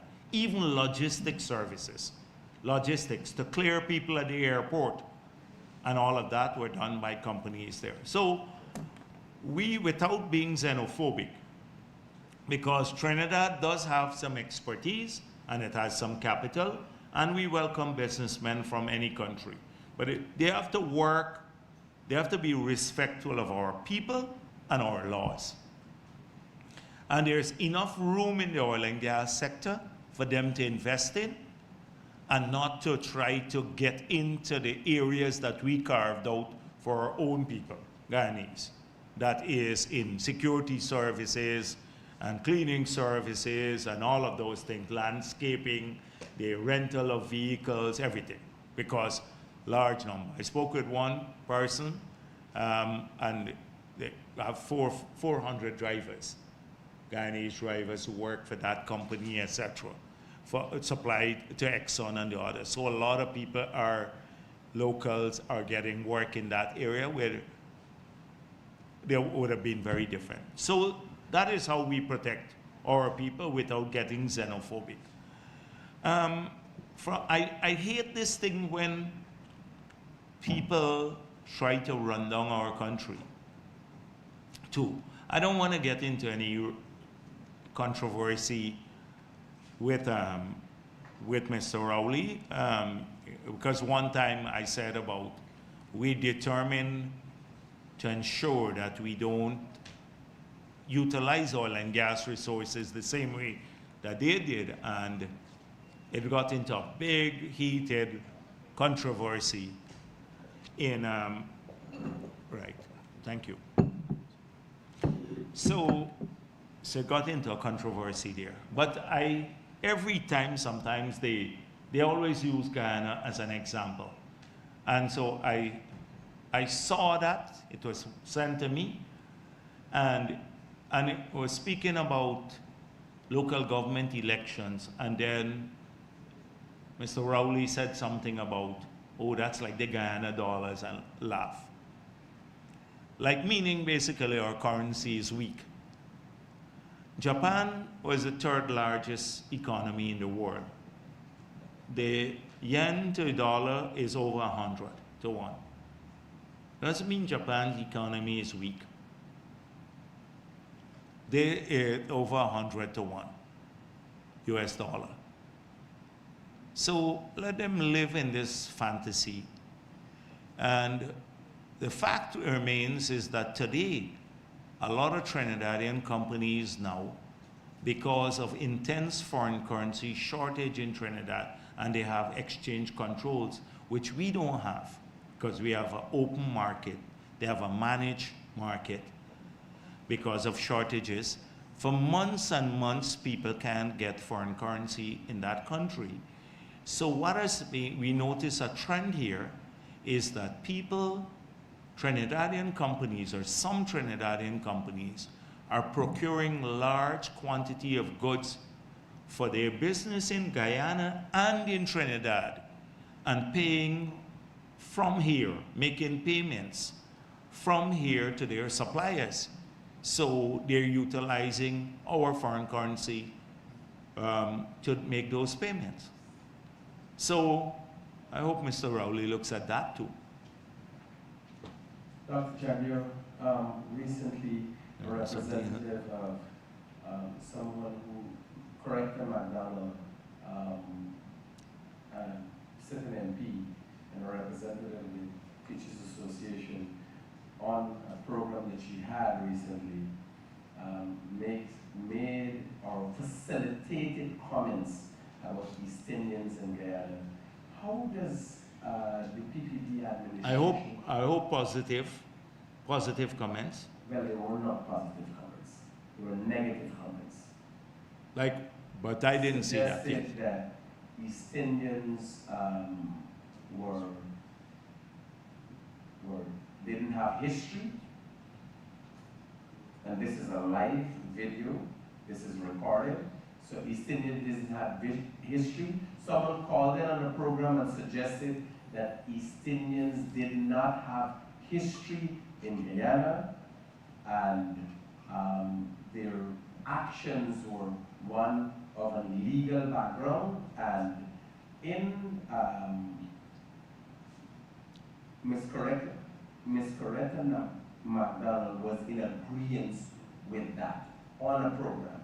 Now, Ms. Coretta... Now, I can't comment on something that I have not seen, but I wouldn't be surprised if Coretta McDonald has done this. Amanda Walton did that too, when she said that I can't remember the comment. Well, you don't want to tell me. It is that Indian people are mentally lazy. Mentally lazy. Vice President, just to make sure we have clarity, I will have it here.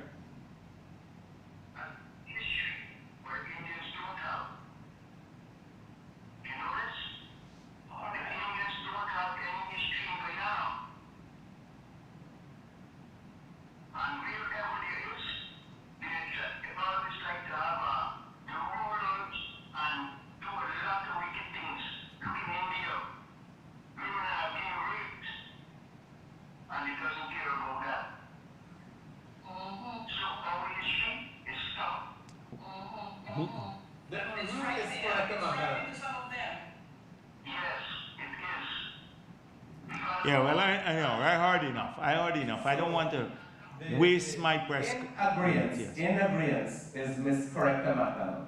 How do you respond? Bear in mind, she sits at the head of an organization that oversees the people who educate our children. No, but this is it. Coretta McDonald has been politicizing the teachers' union. I know Coretta McDonald, who used to come to my office as leader of the opposition and complain for hours about how APNU was not even meeting with them, not fulfilling the commitments, the agreement that I had done when I was president, where the union got 100 duty-free vehicles for teachers and all of that. So she's a very duplicitous character. And I get what you're saying, because this union represents people of every race too. Is she saying to the Indo-Guyanese teachers that they're useless, basically?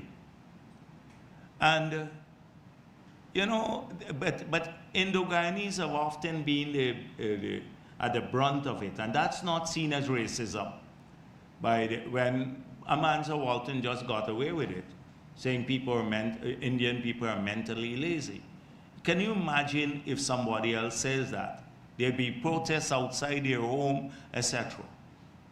So these are people who are jaundiced. They have nothing to offer anyone. And for them, if Afro-Guyanese believe that they represent them, they don't. They represent an elite. That is how Amanda Walton got a plot of land and 2 family members got land in Linden, but ordinary people didn't get land in the last government. And the same thing happened to all of them. Their days are dated. I think this sort of thing, but this racism, they're making one last stand, and we have to fight it all the time. Somebody should report her to the ERC. Someone should report her to the ERC. And yeah.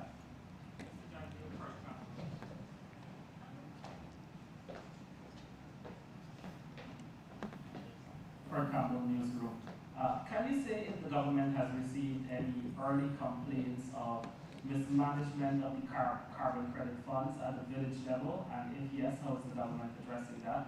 And do you have any update for the nation as it relates to independent monitoring of the oil outputs? All right, so on that one, we have heard there are some disagreements in some of the villages. So again, you don't have 100% consensus as to what to utilize the money for. So that's why we said once it's done at a village council meeting, and then you have everyone agreeing to the utilization, we will live with that. And there's some parameters. But of course, if others don't get their way at the village meeting, then they come and complain too. So, but we don't want to be caught up in that too, because it's done in a democratic way. And so the moment you start doing that, you may end up trying to reverse something that the majority wanted, but a few are dissatisfied with. So we have to be extremely cautious. Where we are a bit concerned is that when I was in Region 9, some of the Tushau said to me, in fact, I thought the ministry had helped him. And they bought 2 vehicles, and the vehicles didn't work. So I thought the ministry had gone through and helped them, because normally we'd ensure that the car dealers don't dupe people on the reconditioned vehicles. So then I asked the PS to make sure that we contact the car dealer and we go back, and because if they don't fix it, then we'll have major issues here. They wouldn't be able to supply the government anymore. So that sort of thing sometimes, when they do their own procurement, like they get advice, but like the equipment wasn't working. So we need to constantly watch all of these things. Some villages, they're saying they want the money individually, others want it for community project, but that's up to the prerogative of the village. So it's not going to be an easy process, just like here on the coast too. But people have different views. On what was the second? Independent monitoring. Oh yes. So this is what I said at the activity at Ghana at Thursday. I pointed out, as I did here at the press conference, that once we complete the core reform in the sector, a new law, new PSA, new act, Local Content Act, revised National Natural Resources Fund. We're about there now. The next phase is the gas development, gas strategy, and then data, improving data, and verification of production. So that's where we are going in the next wave of reforms. Yes, Dennis. Mike Dennis. Mike, yes. Mr. Jagdeo, Dennis Brokenmar. Sir, you referred earlier about different governments taking advantage of foreign exchange markets and buying goods. Could you say whether that is the reason or part of the reason for the shortage and for the selling rate of the U.S. now being about 20 to 1? That's my first question. And sir, what mechanisms do you think governments can put in place to ensure that Afro-Guyanese are better equipped to take advantage of the oil sector in a bigger way? And thirdly, why doesn't the government use or opt to use the parliamentary select committee system more to ensure there's a broad and greater consensus on legislation that will be acceptable regardless of the change in government. And my fourth question, Dennis, so one is mechanism for Afro-Guyanese to participate more in oil and gas. The parliamentary committees. Yes. Parliamentary committees. What are the other? What's the first one? And the first one is whether you believe that the exchange rate. Oh, the exchange rate. Exchange rate. Whether Yeah. this is a result of the Trinidadians buying Yes. using the Marriott. And fourthly, Right. What will be done to deal with the residents of Plastic City? Does the government have a special program to deal with that who will be removed because Sure. So let me deal with the exchange rate first. There is a daily activity sheet from the central bank that looks at the demand for and the supply of currency. So I've had cause to look at the one for maybe Monday. And at that time, there was only one bank in one commercial bank that showed higher requests than the availability of currency now.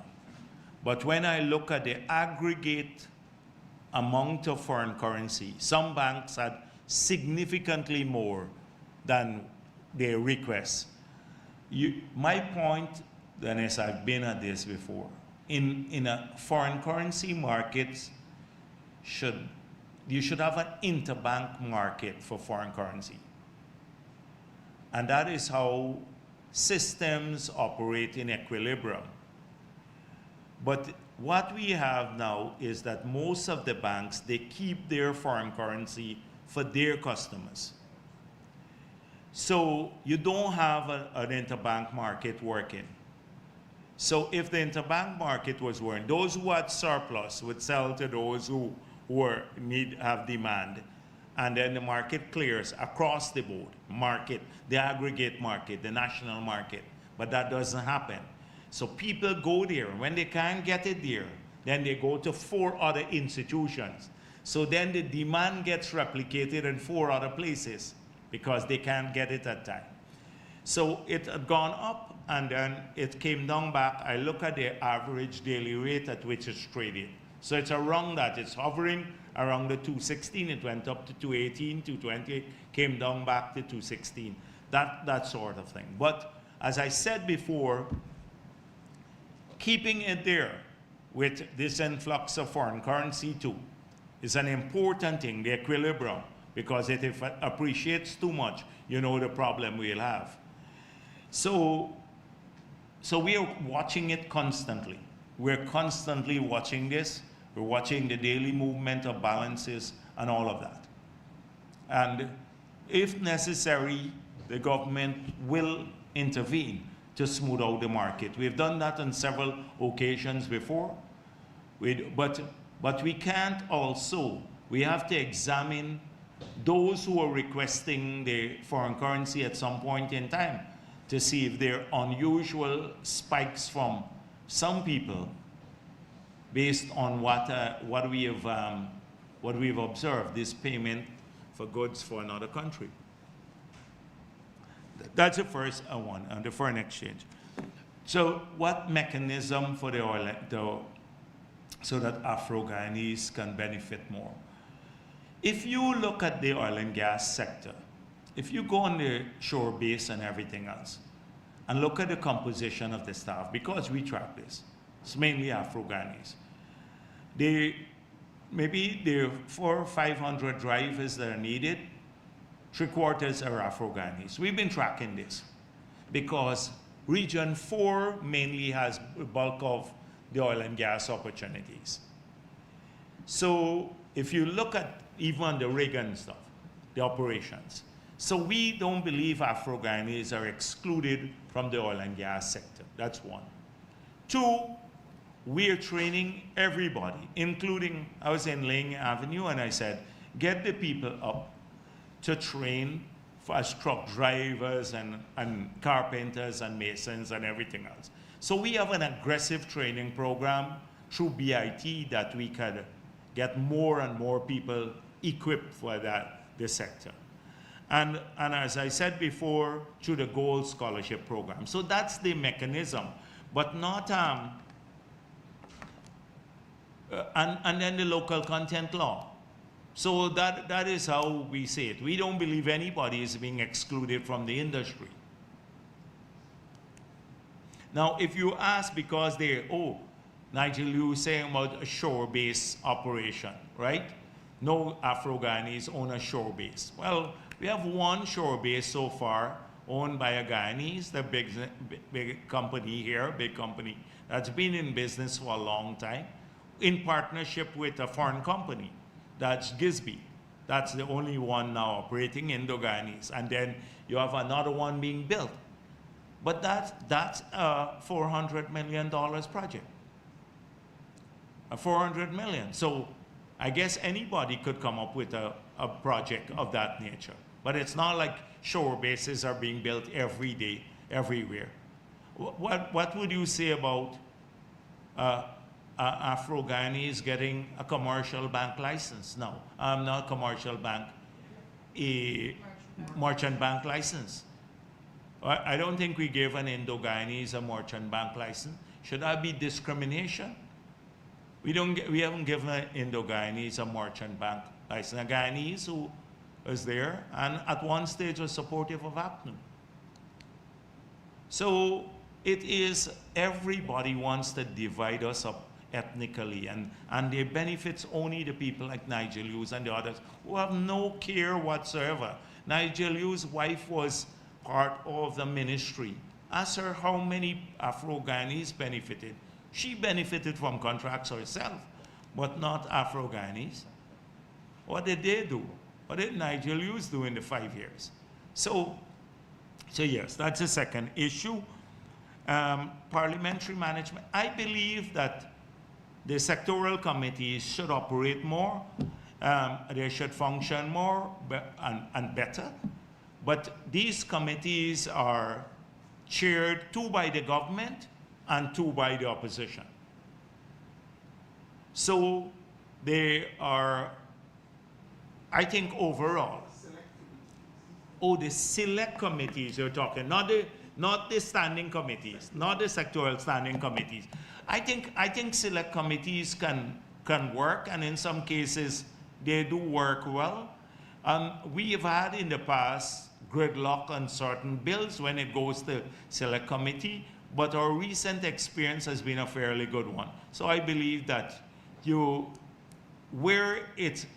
it's positive, and maybe you're right, that the select committee, there is no opportunity for grandstanding. You know, when people go, although they do grandstand before it's sent to the select committee, so you don't avoid the grandstanding.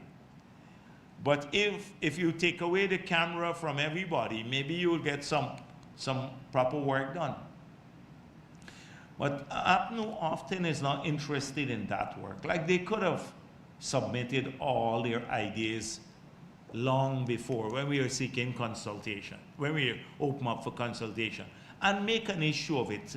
Do a press conference and say, look, we have 31 ideas here. We want 31 ideas, and we want to make sure we explain ourselves. This is what we're doing it for. They wait for the parliament the night before. So but maybe we should explore it. I don't have a problem with select committees, and particularly maybe complex legislation. This legislation on the Petroleum Activities Bill was a straightforward piece of legislation. It's as clear as daylight, everything that's there. It's not complex. And then the final one is Plastic City. So I saw the issue coming up recently. I've not been able to follow it. It's just today I noticed that at the press conference, the leader of the opposition mentioned Plastic City. So let me tell you one thing, that we have to make some tough decisions regarding development.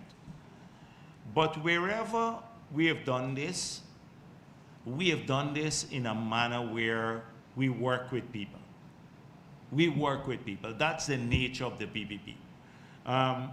Pleasance, when they were trying to throw the people off, we have to do the 4-lane road, but we're going to work with the vendors there. We did it in Maka when we had to move people there. We're at the Wales area, that corridor, we're working with people there again. And so too in Plastic City, they will have a sympathetic ear in the government. So I guess we'd have to engage them if that has not been done. I've not been fully briefed. But we have to engage them and see that, first of all, safety and all of these issues are primary. Now, one thing not in relation to Plastic City, we have a number of people living on the seawall. I was on the East Coast, and they live on the seawall, a lot of Venezuelans, and in the river defense there.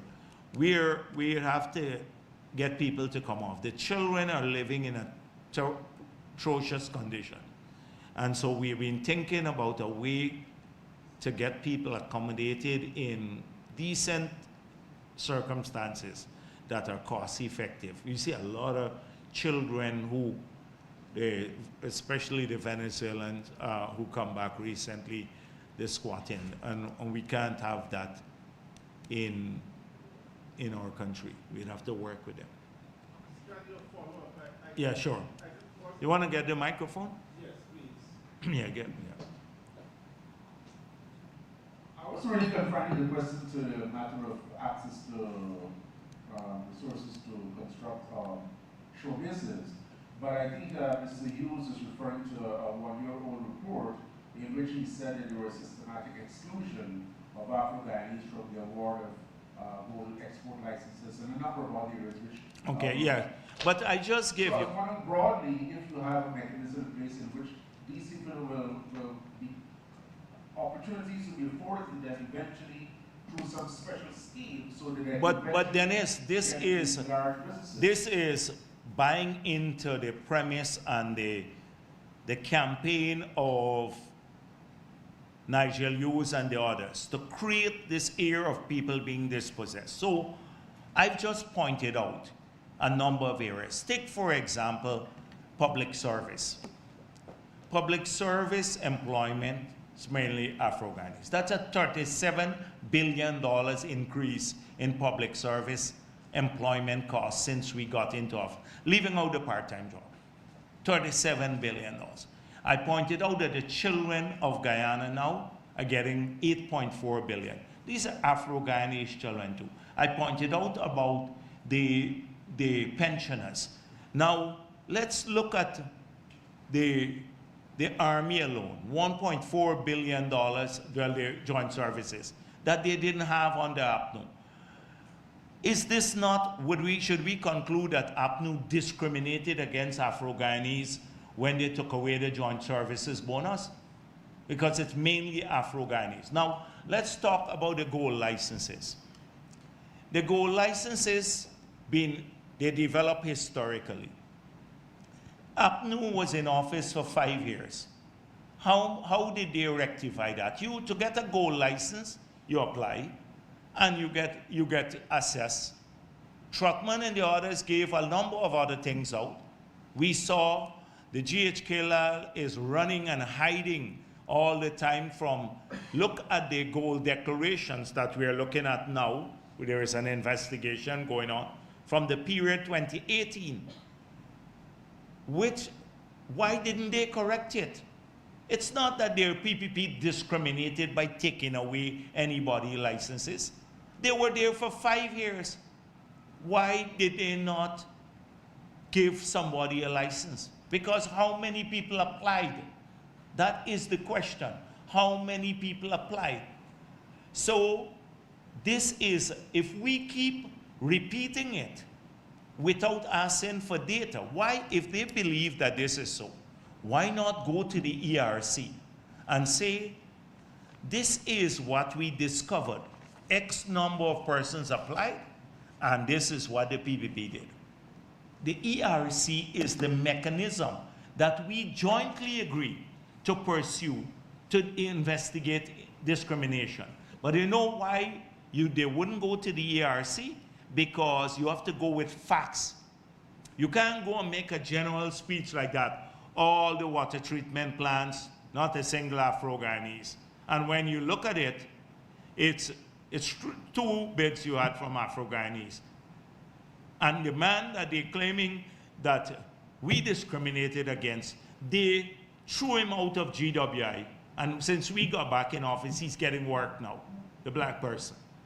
So when you go, they want to get to the granular level. Nigel Hughes likes to talk about these things, granularity and getting to disaggregated data. He wants constitutional reform for that. There's no need for constitutional reform for disaggregated data. We have it would be available. It would be available and they would demonstrate, but they ignore the data. They want to ignore the data whilst complaining about data and then point and claim discrimination.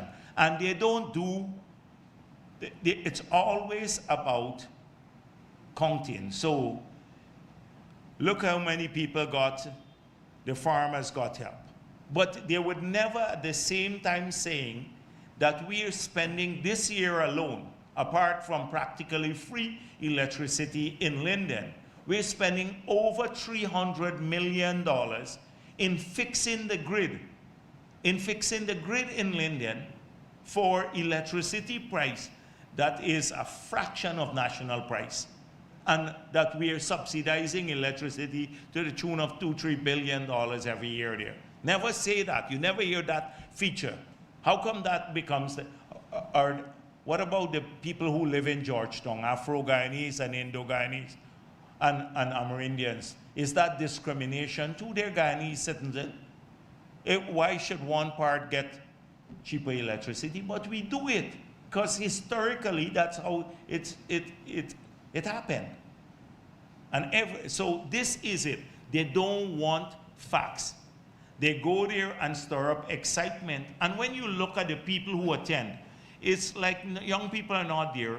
It's a fossil group from a long period back, and they stir this racism. I look at the picture of the Coffee 250, and they really don't, they just, it's racism in its extreme form.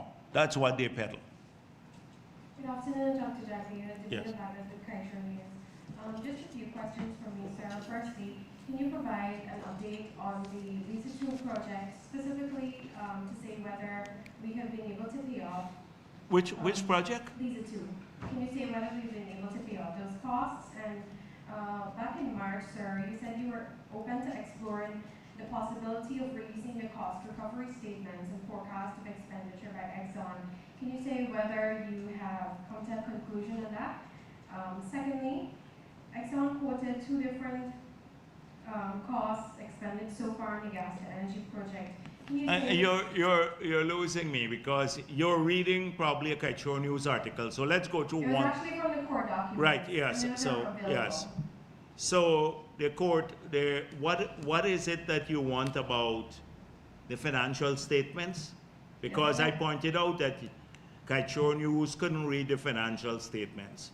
So what did I say? What further? You said you were open to making those available, but on these. But they're in the court document that you have. It's just that you couldn't read it. Not you, but Kaichor News. Whoever wrote that article couldn't read a financial statement.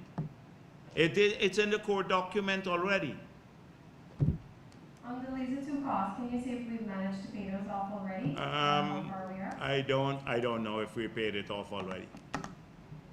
All right, sir. On the. I gave you a headline. On the monitoring of expenses for the gas to energy project, sir, can you say if we're monitoring those costs and approving those prior to that being incurred? We are monitoring all the costs on the gas to energy project for three aspects basically, which have to be done by the government, so we have a full understanding of the costs. So the preparation of the site, so first of all, Exxon, the preparation of the site, and then the award of the contract for the pipeline. Those were costs borne by Exxon. So far, we saw the tender documents that went out, and even in cases where they had to select the companies because of long lead time, we're aware of those. And the three other components, that is the NGL facility, the power plant, and the evacuation of the power. Those are financed from the government, and so we are fully aware of those costs.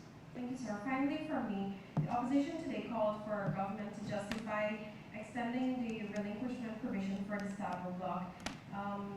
They were calling for a document to show, for government to show how or why they are extending the period, based on how their operations were impacted. Can you say? I don't get that. What did they call for?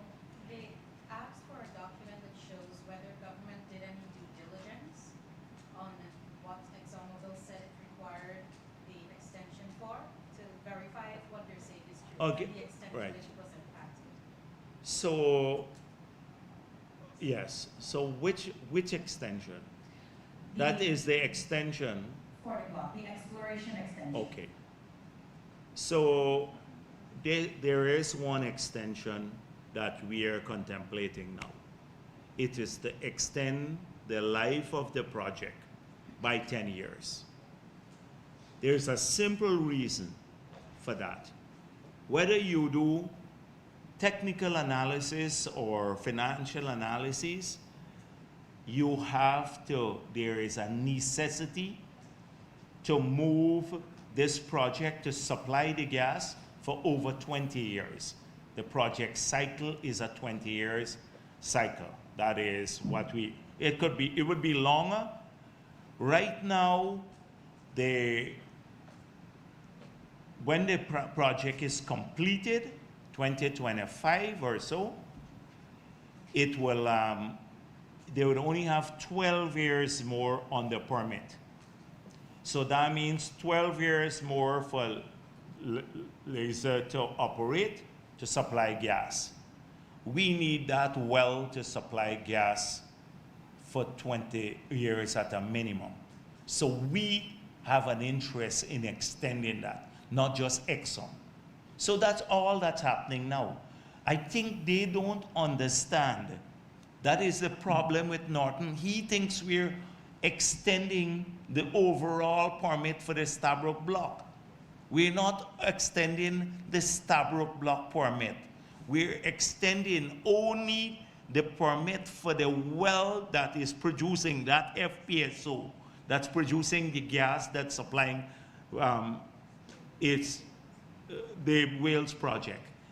Now, because we're not extending the Stabroek block, they have certain relinquishment provisions that will kick in. And so that is what will happen next year. Next year, they have to relinquish 20% of the entire Stabroek block as per our law. So I think APNU is confusing the two. They just, but they don't know what they're talking about. And they said that at the press conference today? Yes, Oh, God. As of clarity of what they said, the relinquishment was supposed to happen this year, but it was an extent. Yeah, but that's the force. We look at the force majeure already. That's a different matter. We explain it in the period and why and all of that. I was criticizing, but it's not the criticism that the government did not do any due diligence to see that if COVID affected them in the. Don't worry with that. Yeah. Oh, I thought that they're just as another waste of time. I'm not wasting my time anymore. Good afternoon, Yeah, with Norton.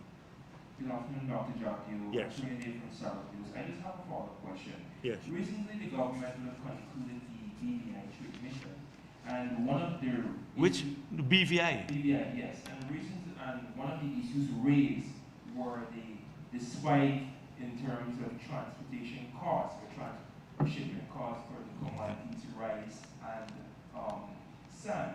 And the BBI Deputy Premier said definitively that she will be looking at that at a cabinet level. I want to know what your government has in place to address this issue. Well, frankly speaking, we need all of our sand now. The export of sand now is a conflict. We can't stop the people who are supplying sand, but we have a huge demand for sand. It's pushed up the prices unreasonably.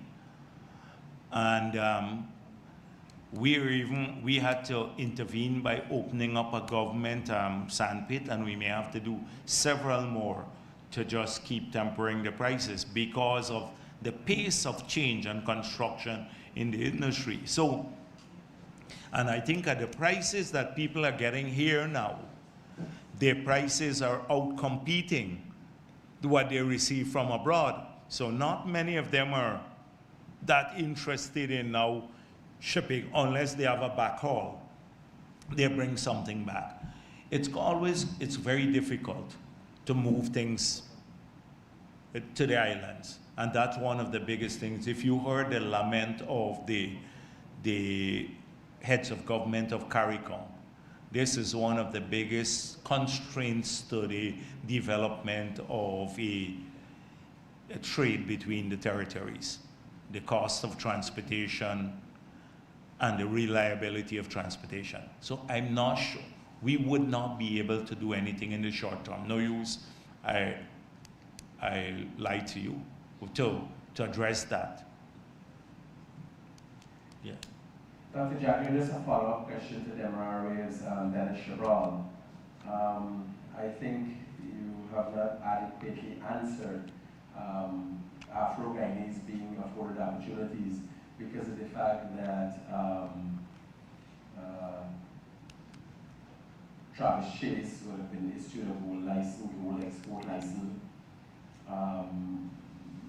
Former or son-in-law of Burnham, Van Ness Charles would have had fuel license issued to him.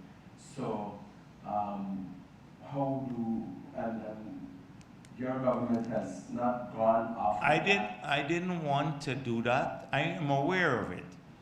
Because if I do that, then I have to talk about the due diligence. And I don't want to vouch for the people or to say anything bad about anyone in the sector. Because that license, when you look, if you Google the name of the person in whose name the license was issued, you would see that there are 2 buckets of gold found under his bed and a whole heap of ammunition that APNU issued a license to. But you just Google the name and you will see. But I didn't want to come here for that today. But that is what happened. That's the kind of due diligence that I think GHK Lal did. And he actually defended it, by the way. GHK Lal defended that and chastised the media for saying, when the media exposed it, he chastised them for saying they didn't come to him first and get his position on it. But you go back and read the newspaper articles, and you will find out exactly how this happened. Mr. Clean, Mr. Conscience of Guyana, he gave those licenses out when he was there.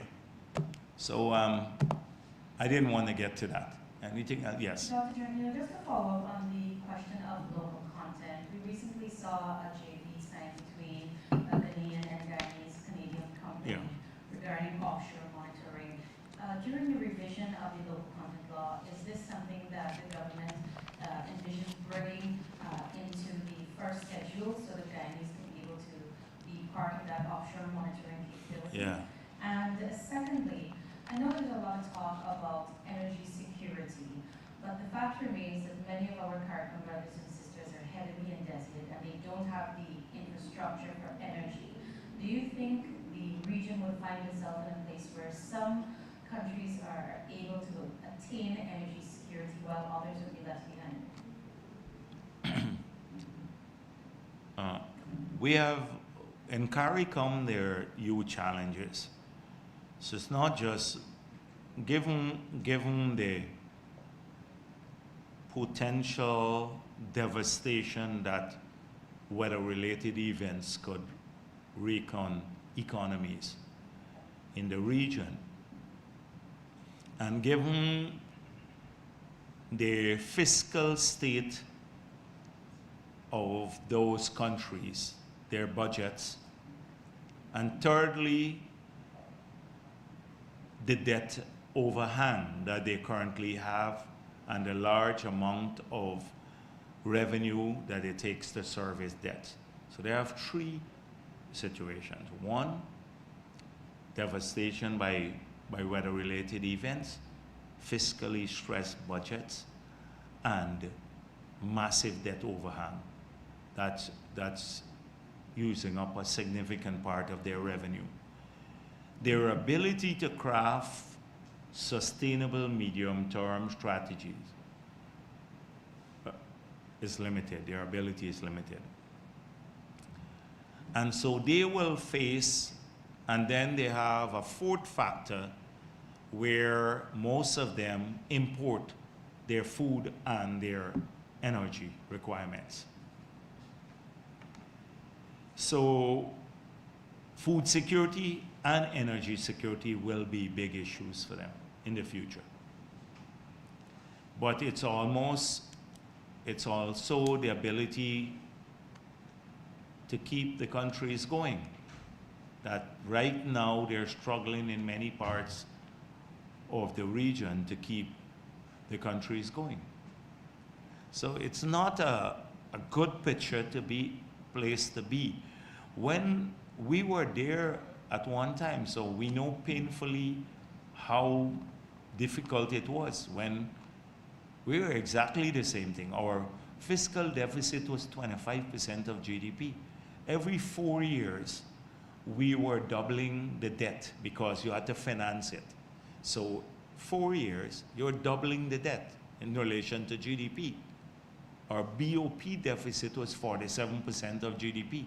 Every 2 years, we're doubling the debt, the country's debt with the rest of the world. And then we're using nearly 100% of revenue to service debt. That schedule was more, but actual was nearly 100%. And it took us a while to work our way out of that and holding a steady rein. So I don't know, and we have at least some greater potential, like we have an agriculture, more diversified economy. We have rice, sugar, timber in the early days, and gold and stuff. A lot of those countries have just tourism and maybe one or other sector. So it's not a good place to be in. So I'm sorry I'm so bleak, but this is it. Now renewables, they may have to look at renewable because one thing, there's sunshine in the Caribbean Sea. So whilst the energy security, they would have to invest a lot in like solar and stuff like that. Solar. The batteries and stuff are still expensive, but at least if they put in grid tie-in system, they can cut their energy needs, because if you can supply the grid with solar in the day and then in the evening just burn the fuel, then you would still be able to offset some of the costs, reduce your energy import bill, which was high. At one stage, it was 25 to 30% of GDP, energy import bill to the Caribbean. Guess how much it's in the US? 5% of GDP. And in the Caribbean, it was 25 to 30% of GDP. That's how much of the money they had to use to import fuel.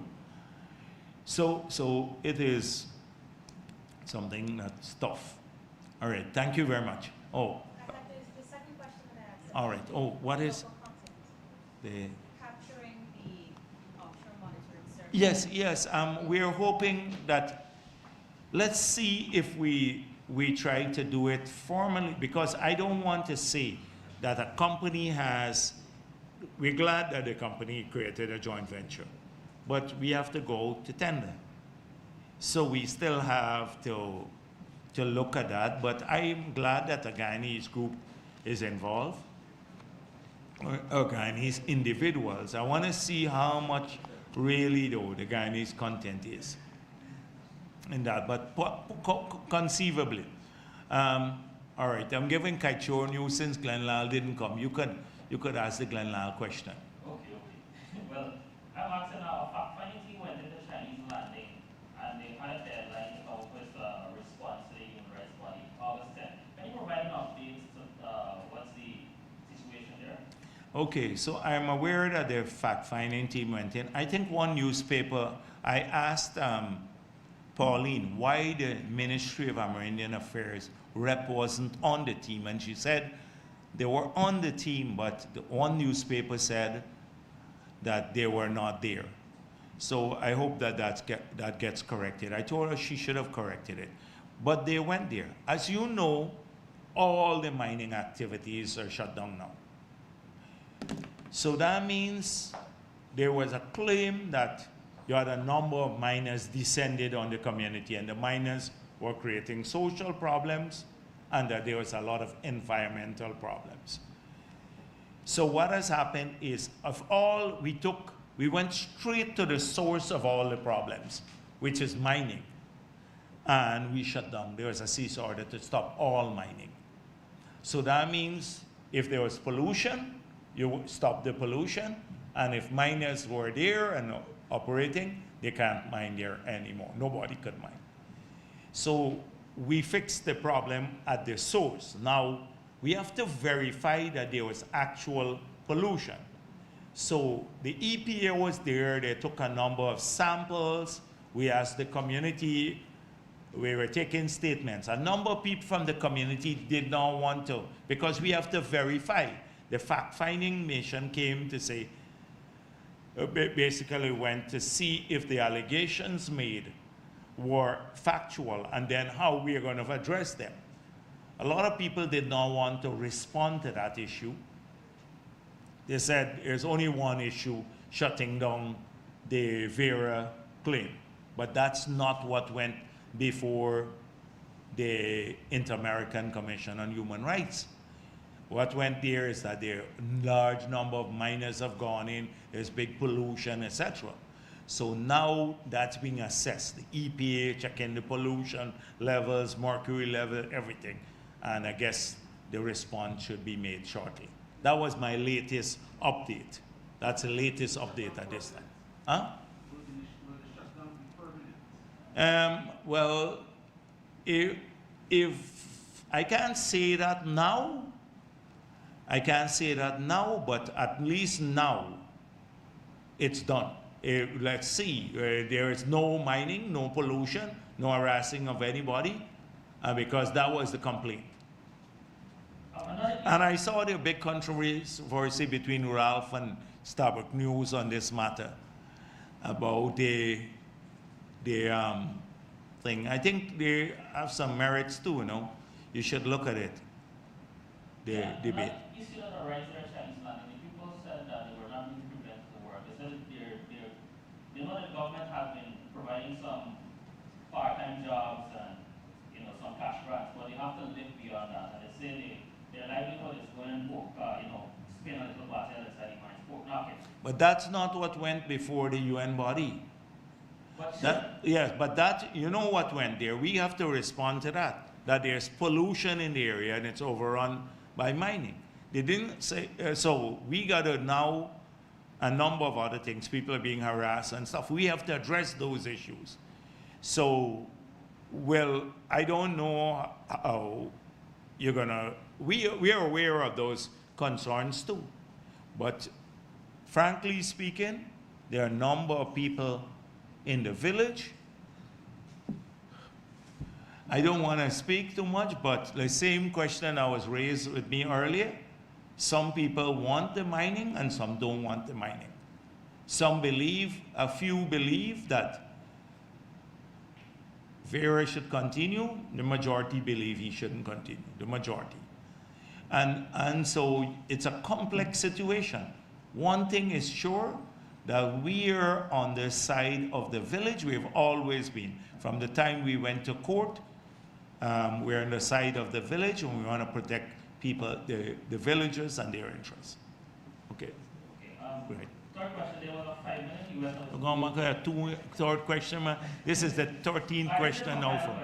There was a 5 million US that was sold to the government. The shares that was sold to the Hong Kong company. It was a big thing back 27, 2018. We have not heard anything about it since. Has the government been paid this amount, or is it still? I have to verify that, but most likely it has been paid, but I'll verify it because, yes. Okay, thank you.